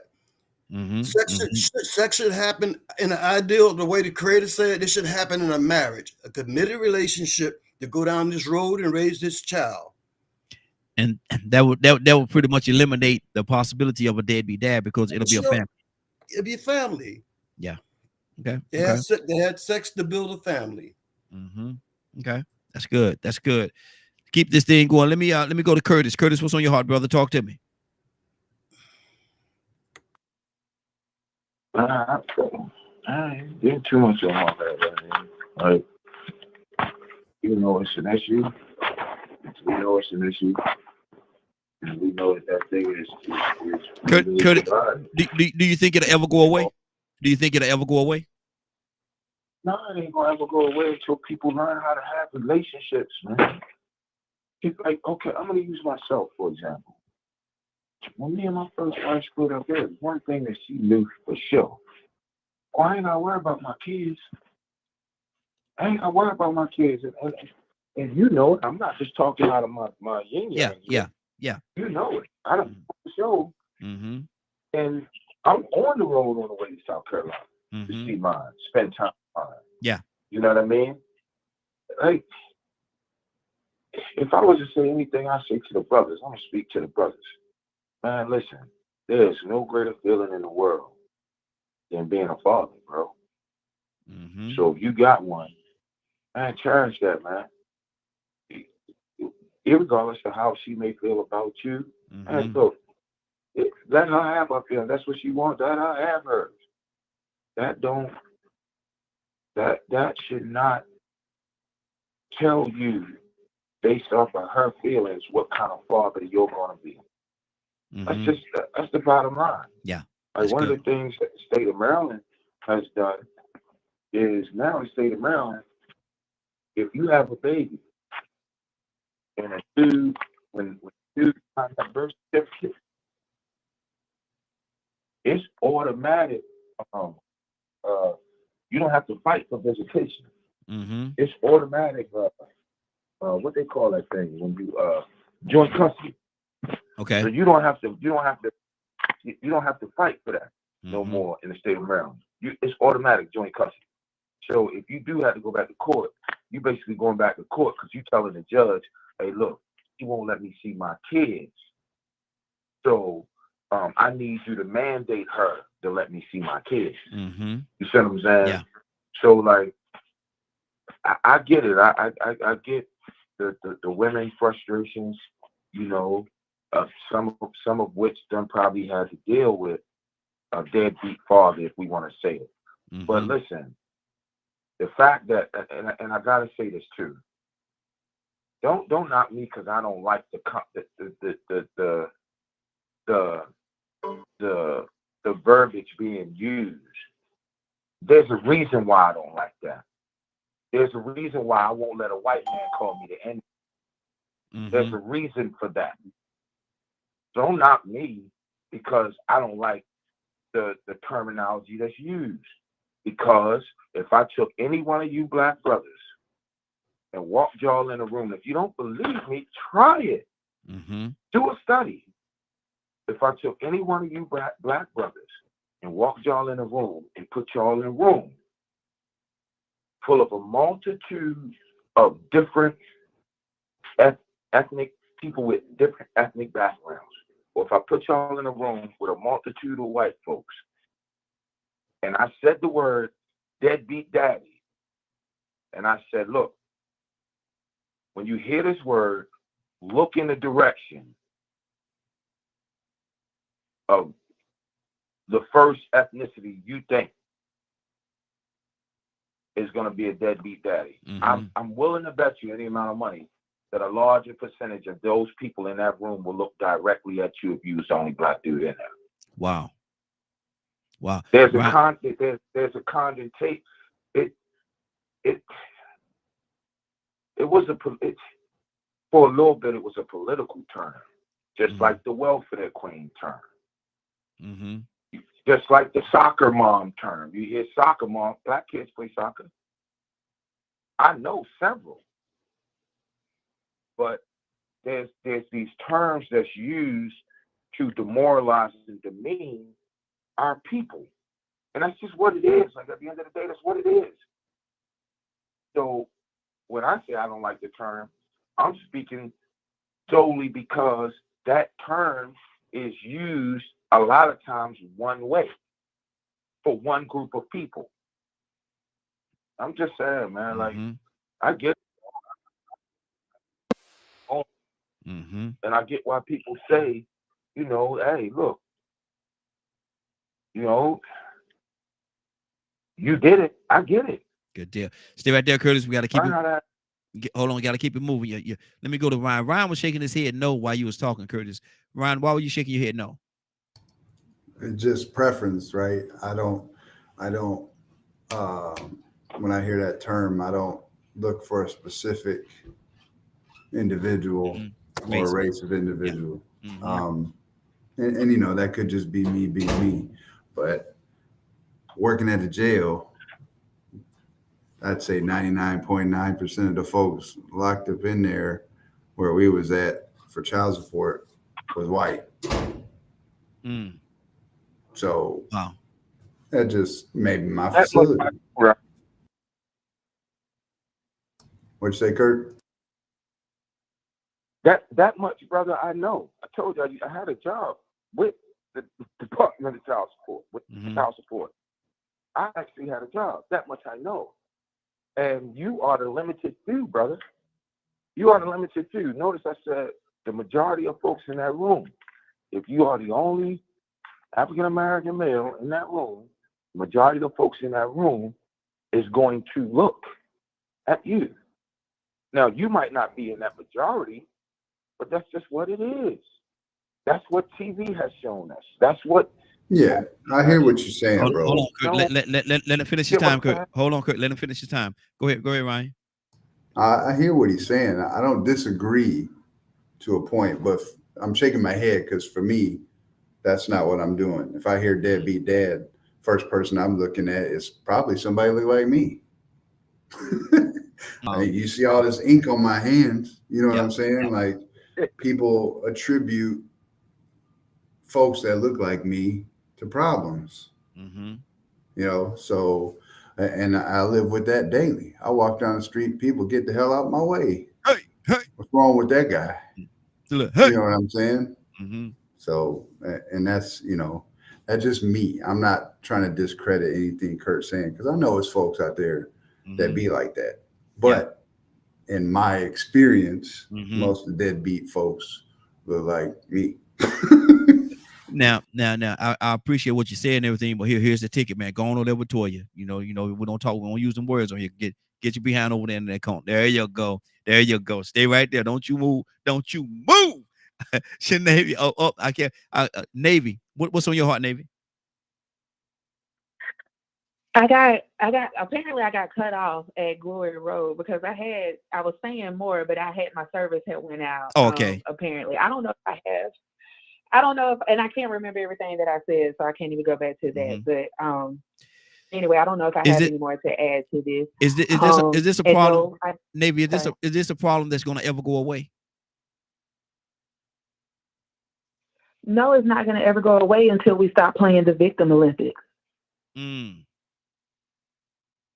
Wow. Because at the end of the day, we've talked so much about, you know, who's to blame more or who's to blame less, but we haven't talked about the after effects that it leaves, which is the child. Mm-hmm. And no, I haven't been married yet, and I don't have children, but I've been a product of this very thing.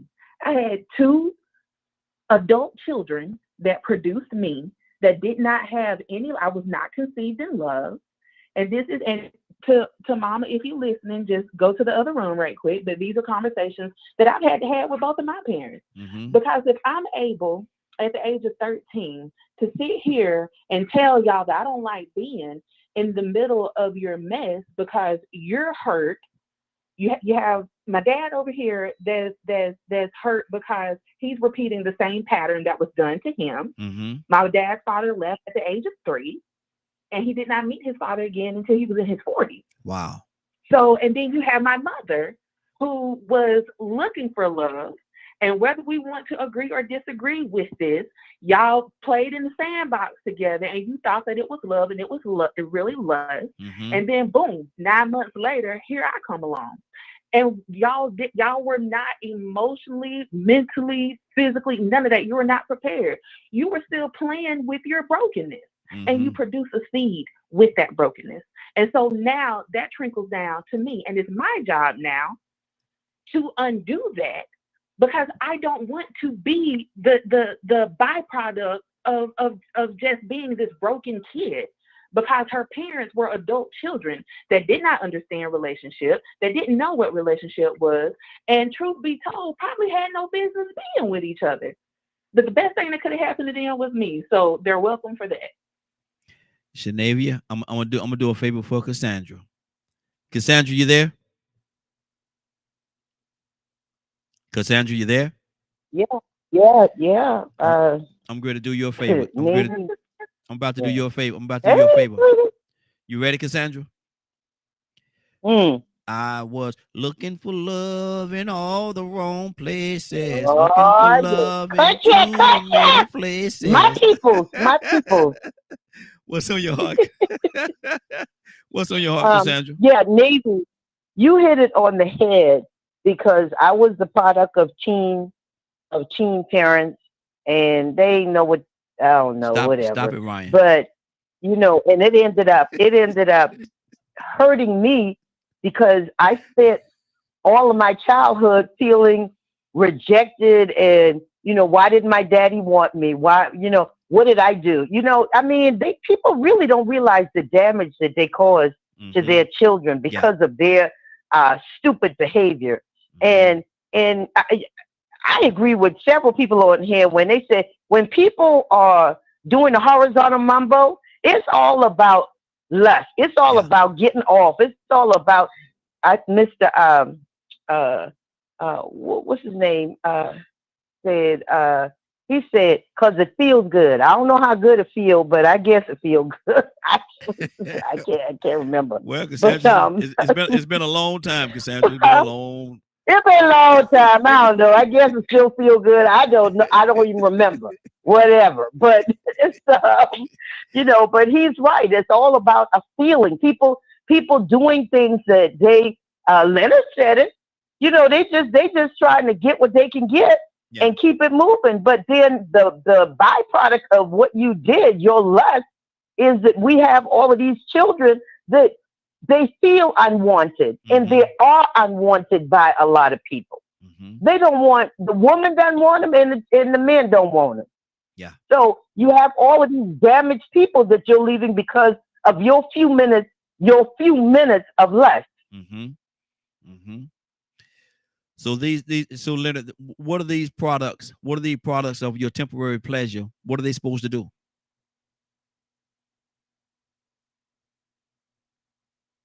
First of all, I just want to give shout out to Miss Navy. I just love her way she explained that, and she not talking about she explained it grown.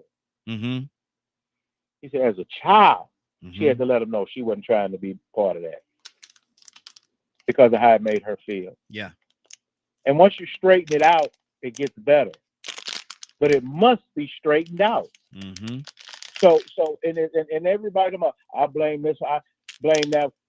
I tell a guy, I'm so crazy that if I'm messing around with a woman and we gonna break up, I hang around.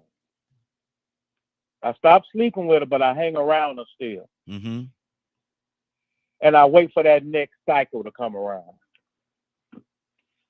Mm. Okay. You need to be that careful about things. You need to quit acting like somehow you don't know, and then everybody fall back on an education you could have got when you was in grade school about how babies made. Tired of hearing people say that. Now, Leonard, for a second, I understand what you, Leonard. Leonard, I understand what you mean now, but at first when you started saying I stick around, I said, man, that's kind of stalkerish there now. Hold on now, that's kind of stalkerish. No, I stick around. I know what you mean now.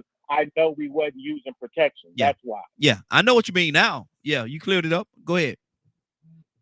You know, and those are the types of things that are so irritating to me. Mm-hmm. People get in these situations and act like they don't know how they got there. You know exactly how you got there. Mm-hmm. As a matter of fact, some of you keep doing it. Over and all over this again. notion about this, I went on and got mine cut off. You understand? Mm-hmm. Because I didn't want no more. I don't care how they come about, what may happen. I don't want no more. Mm-hmm. So every man that comes to me and talks to me about it, I'm no. You go cry to somebody else because I'm not him. Mm-hmm. Mm-hmm. Now, if you're gonna be a man, you take responsibility for what you have done, and whatever wrong you have done, you make it right. Stop laying men. If you want to save yourself some heartache, stop letting whores have your baby. Hey, what's wrong with y'all today? That's what it is. We got to figure out brothers. What's wrong with y'all today? If you have 3 other kids and 3 baby daddies, Negro, you number 4. So stop playing this game where adults act like they don't know. Mm-hmm. Mr. Hicks, because you do. You do it willfully and you do it intentfully. Mm-hmm. So we shouldn't play. We should stop playing this game. Exactly. Let me say this right here. I'm totally changing the topic right now for a second. We're gonna go back to where we are, and then we'll probably move on to something else in the last 30 minutes. But I need y'all to say a prayer. Willa reached out to me. She said she's actually going into her sister's service right now. You know, she lost her sister a few days ago. And so she's actually she reached out to me, let me know that she's going into the service. So I want all of y'all to pray for her. Pray for her strength and the strength of the family. So if y'all get an opportunity in your quiet time, in your quiet moments. And Tucson, you there? Tucson. Wait. Yeah, I'm over here working. Yeah. Hey, look here. Ryan said you must be asleep over there. But I'm probably gonna get you to pray us out today, and I want you to add Willa into the prayers as you pray us out today, if that's okay. Fair enough. Okay, we'll get there. Good deal. We'll get there. Leonard, finish your thought, brother. But you know, it comes to a point, and I like the way Toya said, everybody needs to be responsible for themselves. Mm-hmm. I am so blessed that I don't have these horrible relationships, because I never wanted to be in that situation. So I was very careful about who I associated with, who I slept with, and things of that nature. Mm-hmm. Because I had enough sense to look around me and see what was going on. Mm-hmm. If you want to make sure that you can see like Kurt mentioned about the law, this, that, or the other, and the law says this and that, but you got to say something for the law get involved. Mm-hmm. You got to have an internal law that says, you know what, and to those men, I know men who, like I said, they just get people pregnant. Mm-hmm. That's their thing. Mm-hmm. They'll never plan on taking care of it.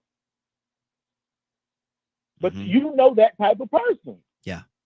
Yeah, that's So good. when you sit around and you look 17-year-old boy, he ain't got nothing, somebody taking care of him. What makes you think he'd be a great father? Mm. So girls having pregnant, 2 and 3 pregnancies before they 18. Mm-hmm. Good deal. That Good speaks deal. to a person's character. And Absolutely. before people get up in all their little panties or whatever in a bunch, exclude everybody that was a victim. Mm. We're not talking about victims. Mm-hmm. Children born out of rape. Mm-hmm. Mm-hmm. Good deal. Stay We're right there. talking about willful conduct. Exactly. Exactly. Stay right there, man. We got to keep this thing moving. Let me go to Mr. Hicks. Mr. Hicks, what's on your heart? Talk to me, sir. I'm just listening. I let it be on it in points that we just click on certain points, but it's almost like it's almost you got to look at the environment, and you got to look at the systems, and you got to look at the unseen, the spiritual aspects of what's going on here. You know, if we let's come from that base. Let's come from a base that there's a war, there's a battle. We're born in the middle of it. We're born right in the middle of a battle from over good and evil. You know, and the impulse of nature that's inside our bodies. You know, Mm-hmm. it's like, you can raise a child. That's what that says bring up a child in a way that he, that when he's old, he'll still get it. It won't depart. And Yeah. that be the essence. But you can do all you can for your children. They're gonna still make their choices. Mm-hmm. When that biological thing kick in those young teenagers a lot of cultures we say like when a young girl have menopause, shoot, she's a woman. When that boy becomes 13 and he can make a baby, he's a man. And the men take him out and take him some rituals and make him know who he is now, what he got to do. But when you Mm-hmm. create a society and create an illusion that they still children when they menstruate and they still little boys, they're men and they're women. You know, when you think historically, that whole teenage thing was created to keep them out of the workforce. When they started to get rid of child labor is so bad. Okay, that's adolescents and teenagers, and that's a whole argument about now. When do they have a right to say who they identify themselves? So the school want to hide it because they're in there saying I feel like I'm a boy and I feel like I'm a girl, and they're saying like we're gonna handle that here because you have that right. So there's a lot of things going on, but it comes back down to the spiritual. You know, Mm-hmm. it comes down to recognizing no matter what circumstance you were born, whether you were born out of product of rape, whether you did have. Now, I had a father. I had a father that was there but was not there. Living and surviving was so hard that he worked his head off. Mm-hmm. He worked 2 and 3 jobs. I very, very rarely saw him. When I saw him, it was quality. He was coming around the room after he's coming for his 3rd job, sitting down and saying, "What's going on, Ed?" A gentle spirit. Yeah. What it put inside me, it put inside me, and I've always had this. I've had a desire to work. I will work. Any job I go on, I start at the bottom, I end up at the top. Simply by being on time, following the rules and all that stuff. I gave a man a full day's work for a full day pay. Yeah. But you Yeah. better but my thing is, but you better come to me right now. You better talk to me straight. You Mm-hmm. better handle it straight. Because I'm gonna leave. I'm gonna quit this job. I'm gonna go upside your head. One of the two. Now, when I was young, I Well, go upside your head. But when I well, got older and more mature, I just got another job. You just, well, I'm gonna tell you something. I'm gonna tell you something, Mr. Hicks, and I'm just gonna, I'm gonna clean this up for you real quick, okay? I'm gonna clean this up. Now, if you go upside your head, you might well go ahead on the quick, cause you ain't gonna be working that no more anyway. Cause you hit the boss upside the head. That's pretty much you quitting. That's pretty much like you getting fired or no, pardon that the ain't. way. It's a difference. It's Yeah, I different. know, I It's know. a difference. The next time you start dealing with people, you're gonna have that memory. I remember this one guy I ran into back then in 1973. I remember time I was up on a job, up on Mm-hmm. one of those lifts doing a asbestos removal. This guy Mm-hmm. walking a contaminated area, no respirator on anything, no Tyvek or anything, and he stands out below my thing and asks the supervisor, say, "Who's that Larry and Curly up there?" I overheard him. I Mm-hmm. took the lift down, grabbed the pipe, and chased around that place 100 times. I was going to break his neck. So the next time I do things, for the next time, you're going to think about how you treat people because you ran into somebody like this, somebody that ain't And I wasn't tilted right. I had a mental, I was PTSD. I was violent. You got to respect that that's inside of everybody. That's good. But That's good. Yeah, absolutely. We're gonna change up a little bit because this, I heard you over there, Miss Hicks. I heard you over there. You going in I'm this laughing morning. I'm laughing at myself. Shoot, that's who I am. That's who I used to be, and it is always still down inside me. Yeah, and I'm gonna go to Toya with a T. We're gonna switch up the topic right now. We got a little less than 30 minutes. Toya, you there? Toya?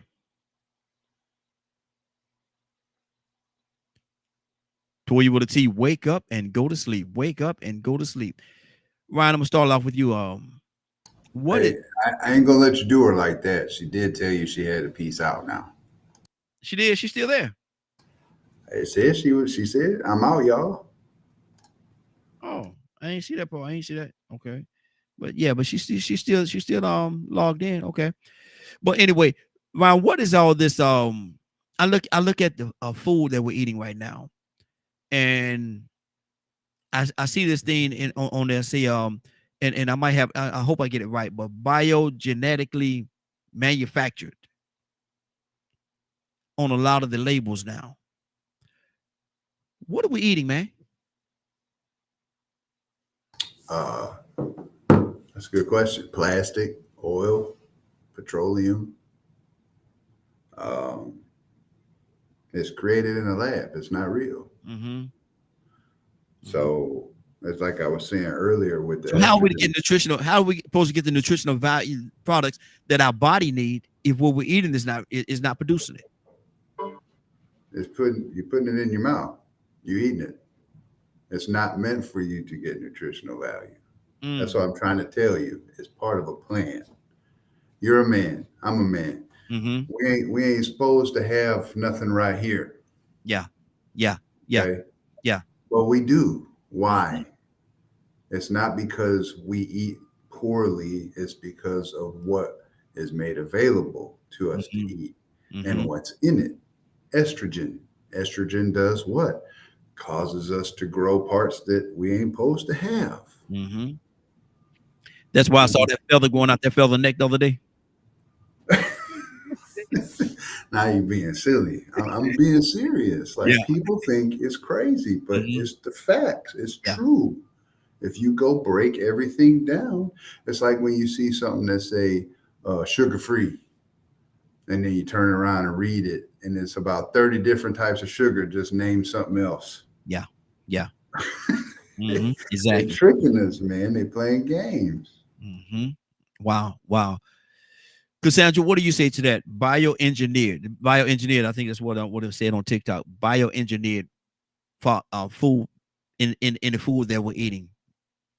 Cassandra, that does not sound healthy. What do you say? It's filling. You get your belly full. Keep it moving. Huh? You asking me like I have no clue. It's supposed to make you full, feel like you had a nutritious meal, and that's it. I don't know nothing else about it.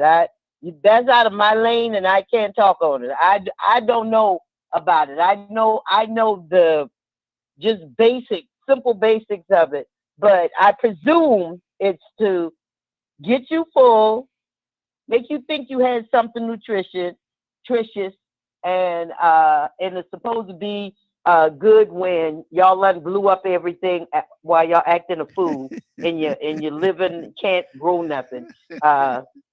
We can't get to that point. I know some of y'all don't believe that, but the way we're headed, any day now, we could have a nuclear attack that you can't even live off of the land. So I'm glad for those people that got the indoor farming going on, because your outdoor farming ain't gonna mean nothing. No.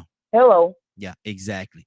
We already know that. We know how long nuclear reaction lasts. So, let me leave that alone, because that's a whole nother show. But only thing gonna be left is the roaches. That's where we are. Only thing gonna be left is the roaches. That's it. The roaches gonna be The roaches gonna be in abundance. We Yeah, might yeah. have to eat some of them roaches. So I like mine with chocolate on it. Look here, barbecue roaches, barbecue roach legs. Leonard, what do you say to that, man? Bioengineer. A lot of them say the food is bioengineered or biogenetic or whatever they call it, and they put it on the label. They put it on the label, and some people say it's another way of saying GMOs or whatever it is that they're putting in the food. What do you say to that? Are we eating healthy? Well, you know, I think as long as I'm more along the lines, as long as you tell me what it is in the package. Mm-hmm. Now, if you put it in your mouth, that's your fault. Mm-hmm. But I don't never expect nobody else to be looking out for me, so I look out for myself. Yeah. Mm-hmm. I'm a fan of that. I love science and all that. It's great the way they can do things. A lot of that is the solution for a lot of starvation and things of that, you know, for where it fits. But I don't necessarily condemn a thing just because. So whatever the purpose is, because bioengineering has a lot more to do with other things as well, other than food. So we have to be, you know, the Honorable Elijah Muhammad has an excellent eating plan. Mm-hmm. Seventh-day Adventists have an excellent eating plan. You can have your own eating plan that has nothing to do with what this world is doing. Mm-hmm. That's completely up to you. But to satisfy your greed and your lust, you consume at a rate that is completely unhealthy for you. Mm-hmm. So if you take that eating as serious as you take religion, as serious as you take politics, as serious as you take your passion for everything else, you'll become a healthier and better person. Mm-hmm. It is possible for a human being body to be completely supplemented by a liquid. Oh, yeah. A liquid full of the necessary nutrients that your body needs. Mm-hmm. You may have to get away from regular eating and the satisfaction of eating. So what eating is really about, it should be about living. So I don't have this, you know me, I'm not, they doing this to us type person. They doing this to that. I don't get out like that. Mm-hmm. But I selectively choose what I eat and what I consume. Mm-hmm. Okay. Okay. So people need to become better at that than anything. Mm-hmm. Cut the number of things that you eat to the things that you can sustain yourself. They can stop. I haven't eaten pork, beef, or chicken in probably over 20 years or so. Mm-hmm. Chicken has only been 10. Okay. But it was things I had to do to get away from what my body was rejecting. Mm-hmm. Mm-hmm. I'm telling you, like I say, the fewer things you eat, probably the better you are. If you look at most people and immigrants or what have you, they have a pretty basic diet. They eat the same things. Why? Because they know that these things are good for them. These are their staple foods. So that's what they stick to. This notion that, you know, imagine if you didn't have money, you still couldn't go to the grocery store. You don't have to buy what they sell you at the grocery store. You can go to Fresh Market and eat just fresh food. Mm-hmm. Mm-hmm. If you go to other countries, everybody don't have fresh. They eat fresh. Good deal. Good deal. We're about to get out of here. We got about 15 more minutes left before we get out of here. But I want to go to a few more people. Let me go to Tucson. Tucson, what are we eating, man? Are we eating healthy, or are we eating ourselves to death?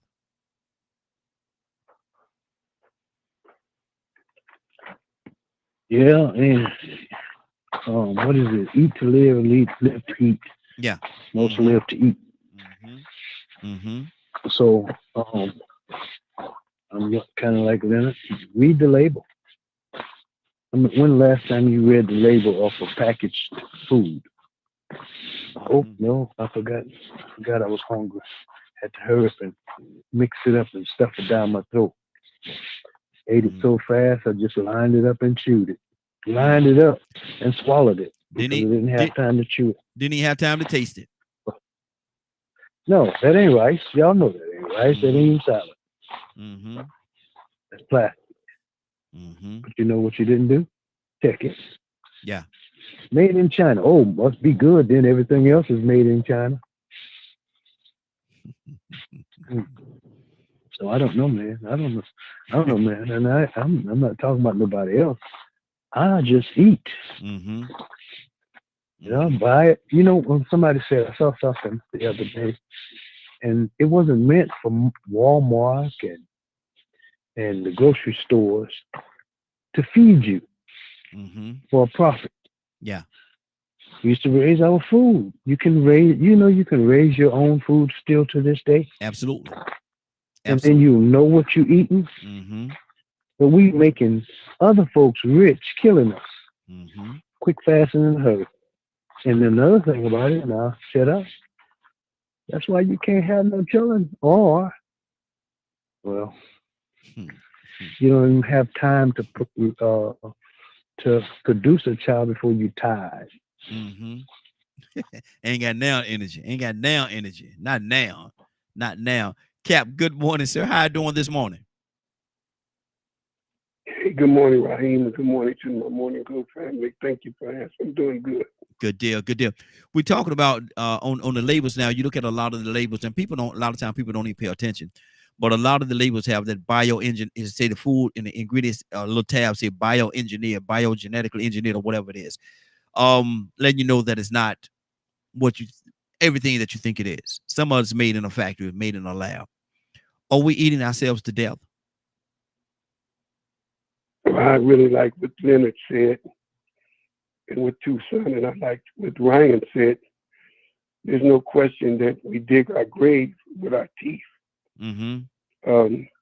Being in the Nation of Islam and being a Muslim for 52 years, everybody know we don't eat pork, Mm-hmm. nor do we eat anything of the pork byproduct.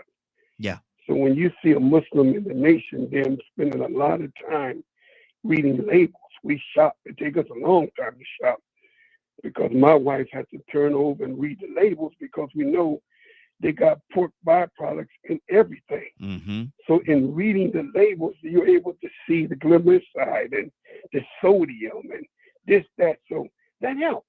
That helps. Yeah. In the Jewish community, you look at their food, they got a U. We're taught to look for the U on the package because the U is a more kosher emblem. Mm-hmm. But most of our people don't know. They don't. They just pick up.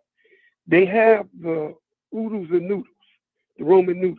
Yeah. If you open up the pack of Roman noodles in the crease, you'll see they hide the sodium that's in it.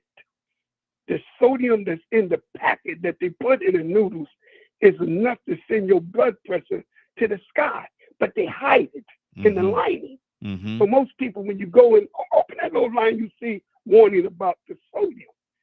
So people have to read. You're right. There's no excuse for you to eat the way you eat when there's so many healthy people telling you the right way to eat. Get the book, How to Eat the Live, and turn your own backyard, all that grass you got there, into your own garden. Not like what Leonard said. He don't eat meat. He don't. You know, I like to tell you, but I do eat a little meat every now and then. The messenger said he likes his captains to eat meat to keep us a little aggressive. But nevertheless, but that's to each your own. But read the labels. If you read the labels and take your time to shop, then you can see the stuff they put in the food. And with my said Brian, they are shooting the food with so much hormones. Do you know you can have a little chicken be born today and 90 minutes is almost 90 days is almost full grown? Yeah. Because they shoot it with the hormones. And then your children eat the hormones and you wonder why your child come on her menses early because she's being affected by the hormones. Why she's getting breast? The hormones that's in the food. Yes, I agree.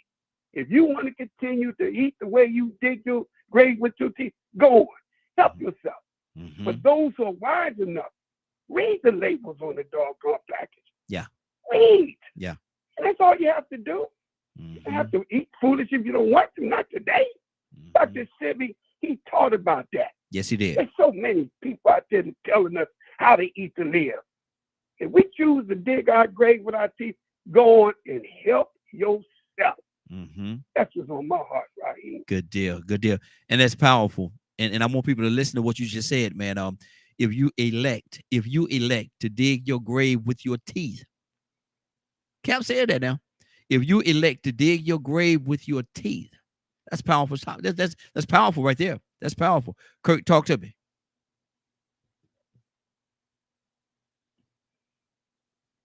Yeah, I mean, I got my first lesson back in 2010. 2010, up here, there's a store. Some guys might be familiar with them, but up here from Baltimore up to I want to say Rhode Island. There's a grocery food a grocery store chain called ShopRite. Mm-hmm. Yeah. I won't go into the history of ShopRite, but it's kind of brilliant what they did. Us black folks really need to take a note from that book. But the ShopRite stores do this big, like, I forget what you call it, like a symposium expo in South Jersey. And I was working setup. So the guy who was doing the seafood presentation, he got sick. So, the supervisor, the manager, he knew that I did some work off Broadway and things of that nature. So he pulled me up and he was like, "Hey Kurt, look, I'm in a bind." I'm like, "What's up?" And he like, "Look, I got a guy that's sick. He got a presentation at such and such time. It's a seafood presentation. Do you think you can pull it off?" And I was like, "Well, you got a PowerPoint?" He was like, "Yeah, he got a PowerPoint slide and everything." I was like, "Oh, all right, we're good." So boom, I'm going through the slides just to, familiarize myself before the presentation starts. I'm going through the slides. And I see where there's a slide where the authorization has been given to clone salmon. If y'all remember, right around 2009, 2010, the price of salmon dropped. Mm-hmm. Salmon used to cost, you go in and buy a slab of salmon, you were spending some money. Oh, yeah. But right around 2009, 2010, the price of salmon dropped. So the government had approved for them to clone it, but the stipulation was if this is genetically modified or cloned salmon, that you have to put it on the packet. It has to be listed. You can't say this is fresh salmon or Alaskan salmon, and you can't make it seem like you caught it. You know what I mean? Like it's fresh caught, and it was genetically. You got to put it on the packet. So, and hearing Cap say, "Hey, read the package," he is so right. Yeah, that's good. That's good. Mr. Hicks, talk to me, sir.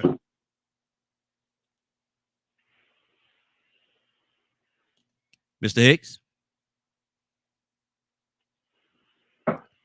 Mr. Hicks, wake up and go to sleep. Wake up and go to sleep. Let me see. Leonard, talk to me. Right, I want to say another thing. Okay, go ahead. This tilapia that they got out there. Oh, Lord. Don't engineered. do it. Yeah, don't do it. And people begin to eat tilapia, but they use tilapia today to go into the sewage. So wherever the people let their waste come into the sewage, they put tilapia fish because tilapia fish will eat the bowels. They would eat the waste that comes out of human beings. Now that's been known. So a lot of people are not eating tilapia no more. I remember when it first came out, but it is a generic, like Curtis said, it is a generic east fish. Ain't no fish out in the ocean called tilapia. No. And I just want to say that. Exactly. That's good. That's good. And a lot of people don't know that. A lot of people don't know, man. Go check out its history and where it began. You can find it. It ain't hard to find. It ain't hard to find at all. Mr. Hicks, are you there?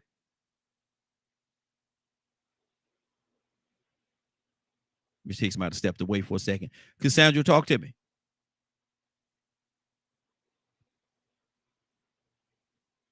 I love tilapia. That is the end. Mm. He You probably are. loves chitlins. Tilapia little chillins. Wow. And Toya with a T, you not with you. You're gone. I see you still on the feed there. Toya, are you there? I wanted to get her because this is her topic right here, dealing with the food out, and this is her topic. Ryan, talk to me, brother. Yeah, I ain't finna be eating no tilapia. No thanks. I got a hard enough time eating anything other than some kinds of salmon or trout. I like shark. Shark is good. Shark is thick. It's thick, but it's good. You cook it right, it's tasty. Mahi is good. Oh, love it. Yeah. Yeah. I didn't used to like lamb until I had Cap's wife's lamb. made you a believer, huh? Yes, sir. There you go. That's good. Let me go to Tucson. Tucson, talk to me. I can't tell you what I thought about when we got the explanation of where tilapia came from, and then lo and behold, the Sandra saying I like tilapia. Look, hey, Tucson, what wrong with her?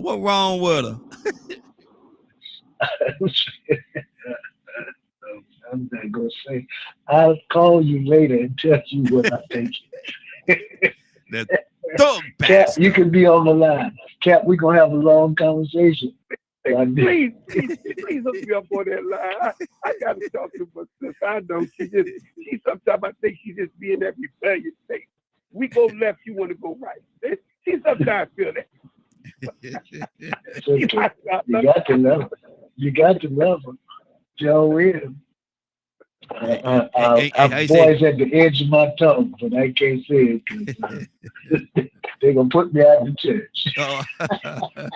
Let the church. When I invite you over to my house, any of you guys, I will not make tilapia, but I do eat tilapia. I absolutely love it.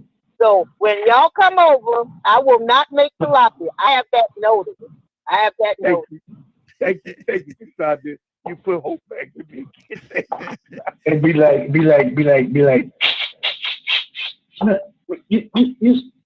You smell Tucson. Lord Jesus. Cassandra, defend yourself. I am not defending myself. I love tilapia. What am I defending? No, man. Look here. They say you that thug pastor. You that thug pastor. Kurt, talk to me, brother. But I will not serve it. But I will not serve it to Cap, Tucson, Steve, Ryan, nobody to come over to my house for dinner. Okay.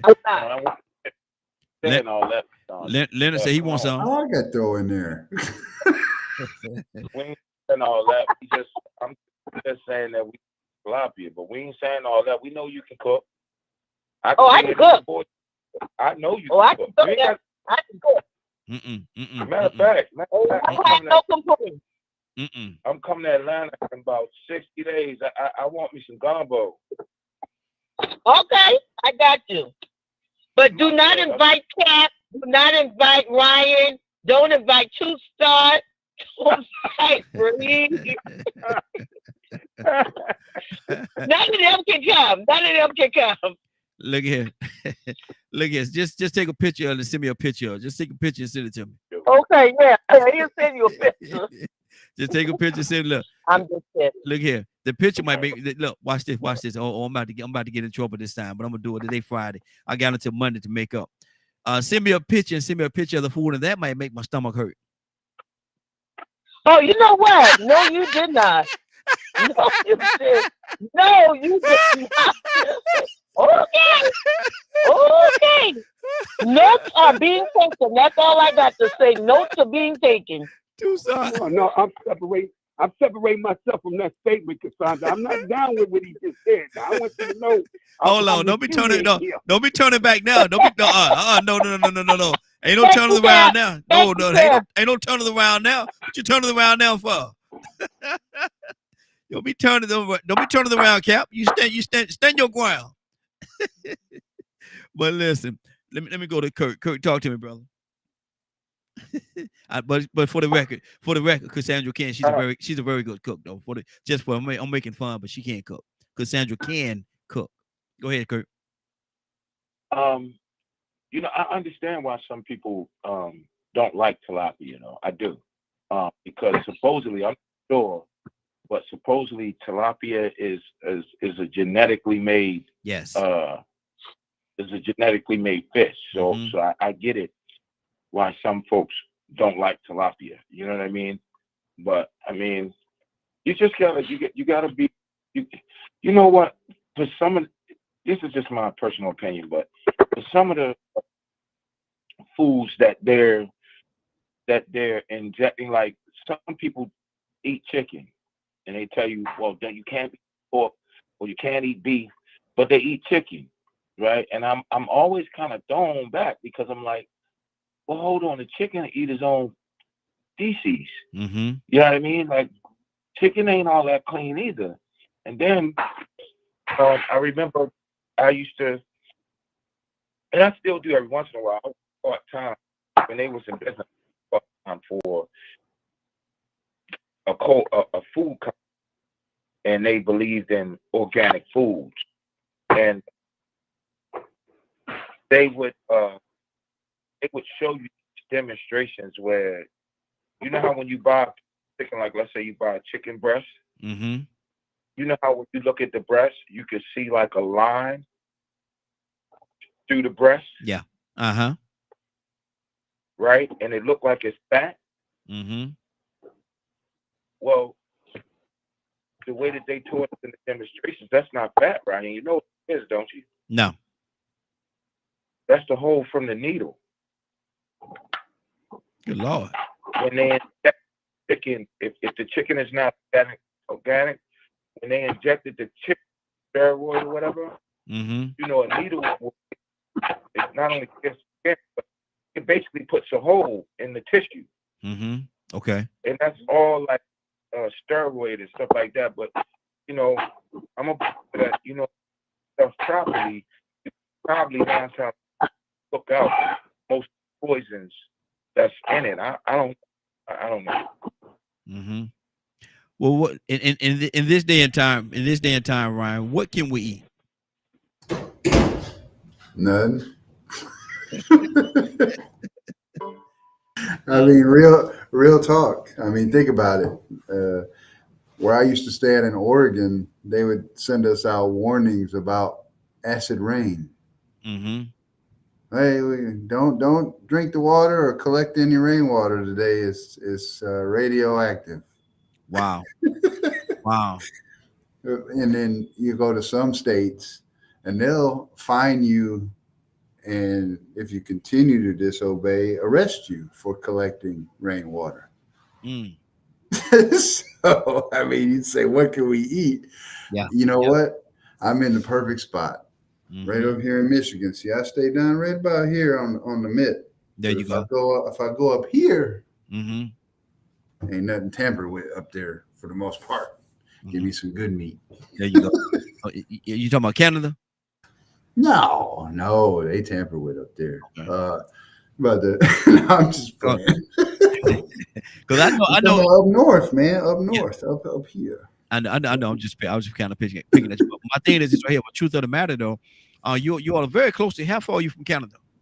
I mean, if I want to go through the city, about 30 minutes. Yeah.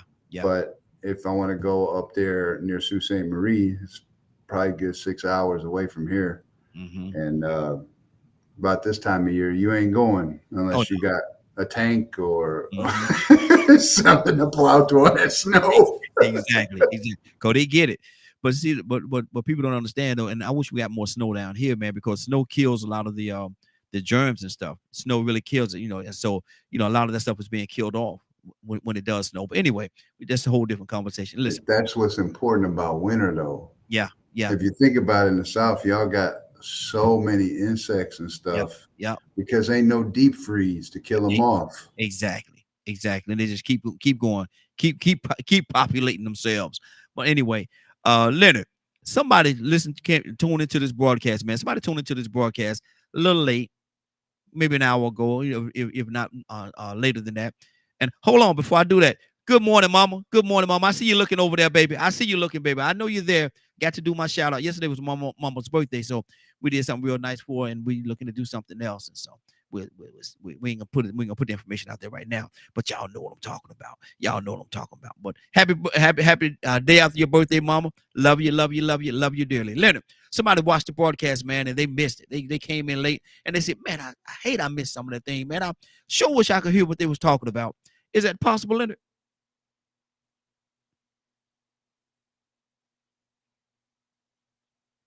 Oh, look, Leonard, I got you on mute, man. You have some background noise. Let's do it again. Is that possible, Leonard? Yes, it is. If they did not get a chance to hear the show in its entirety, they can log on to www.dkmmediagroup.com at 3 o'clock Eastern today. Good deal. Good deal. Toussaint. And for my man Kurt, I'm actually cooking gumbo right now. Oh, I'll be over. I'll be over in a minute. You let me know when it's ready. I'll be over. I know where you at. Just let me know when it's ready. I'm on my way. I'm on my way. You ain't got to. Hey, just put it on the table. I'll come on and get it. I'll come on and get it. It's for a birthday. It's for a birthday party. Shout out to my sister-in-law, the best sister-in-law in the world. Happy birthday, Nikisha Smith. There you go, Nikisha Smith. Happy birthday to Happy birthday, little girl. Happy birthday, little girl. Toussaint. Yeah, Raheem. I'm gonna say something before you ask me. Okay. Again. Mm-hmm. I know that we definitely gonna pray for Willa.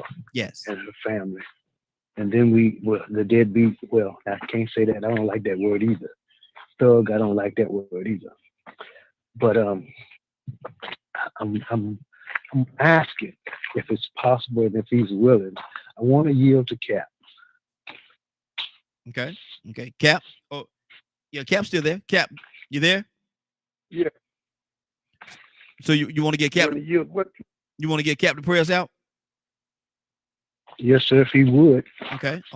Well, in the course of that, Willa, she's having today's the day of her service for her sister, and so want to make sure that we include her in the prayers with her and her family, because she's putting her sister to rest today. Oh, okay.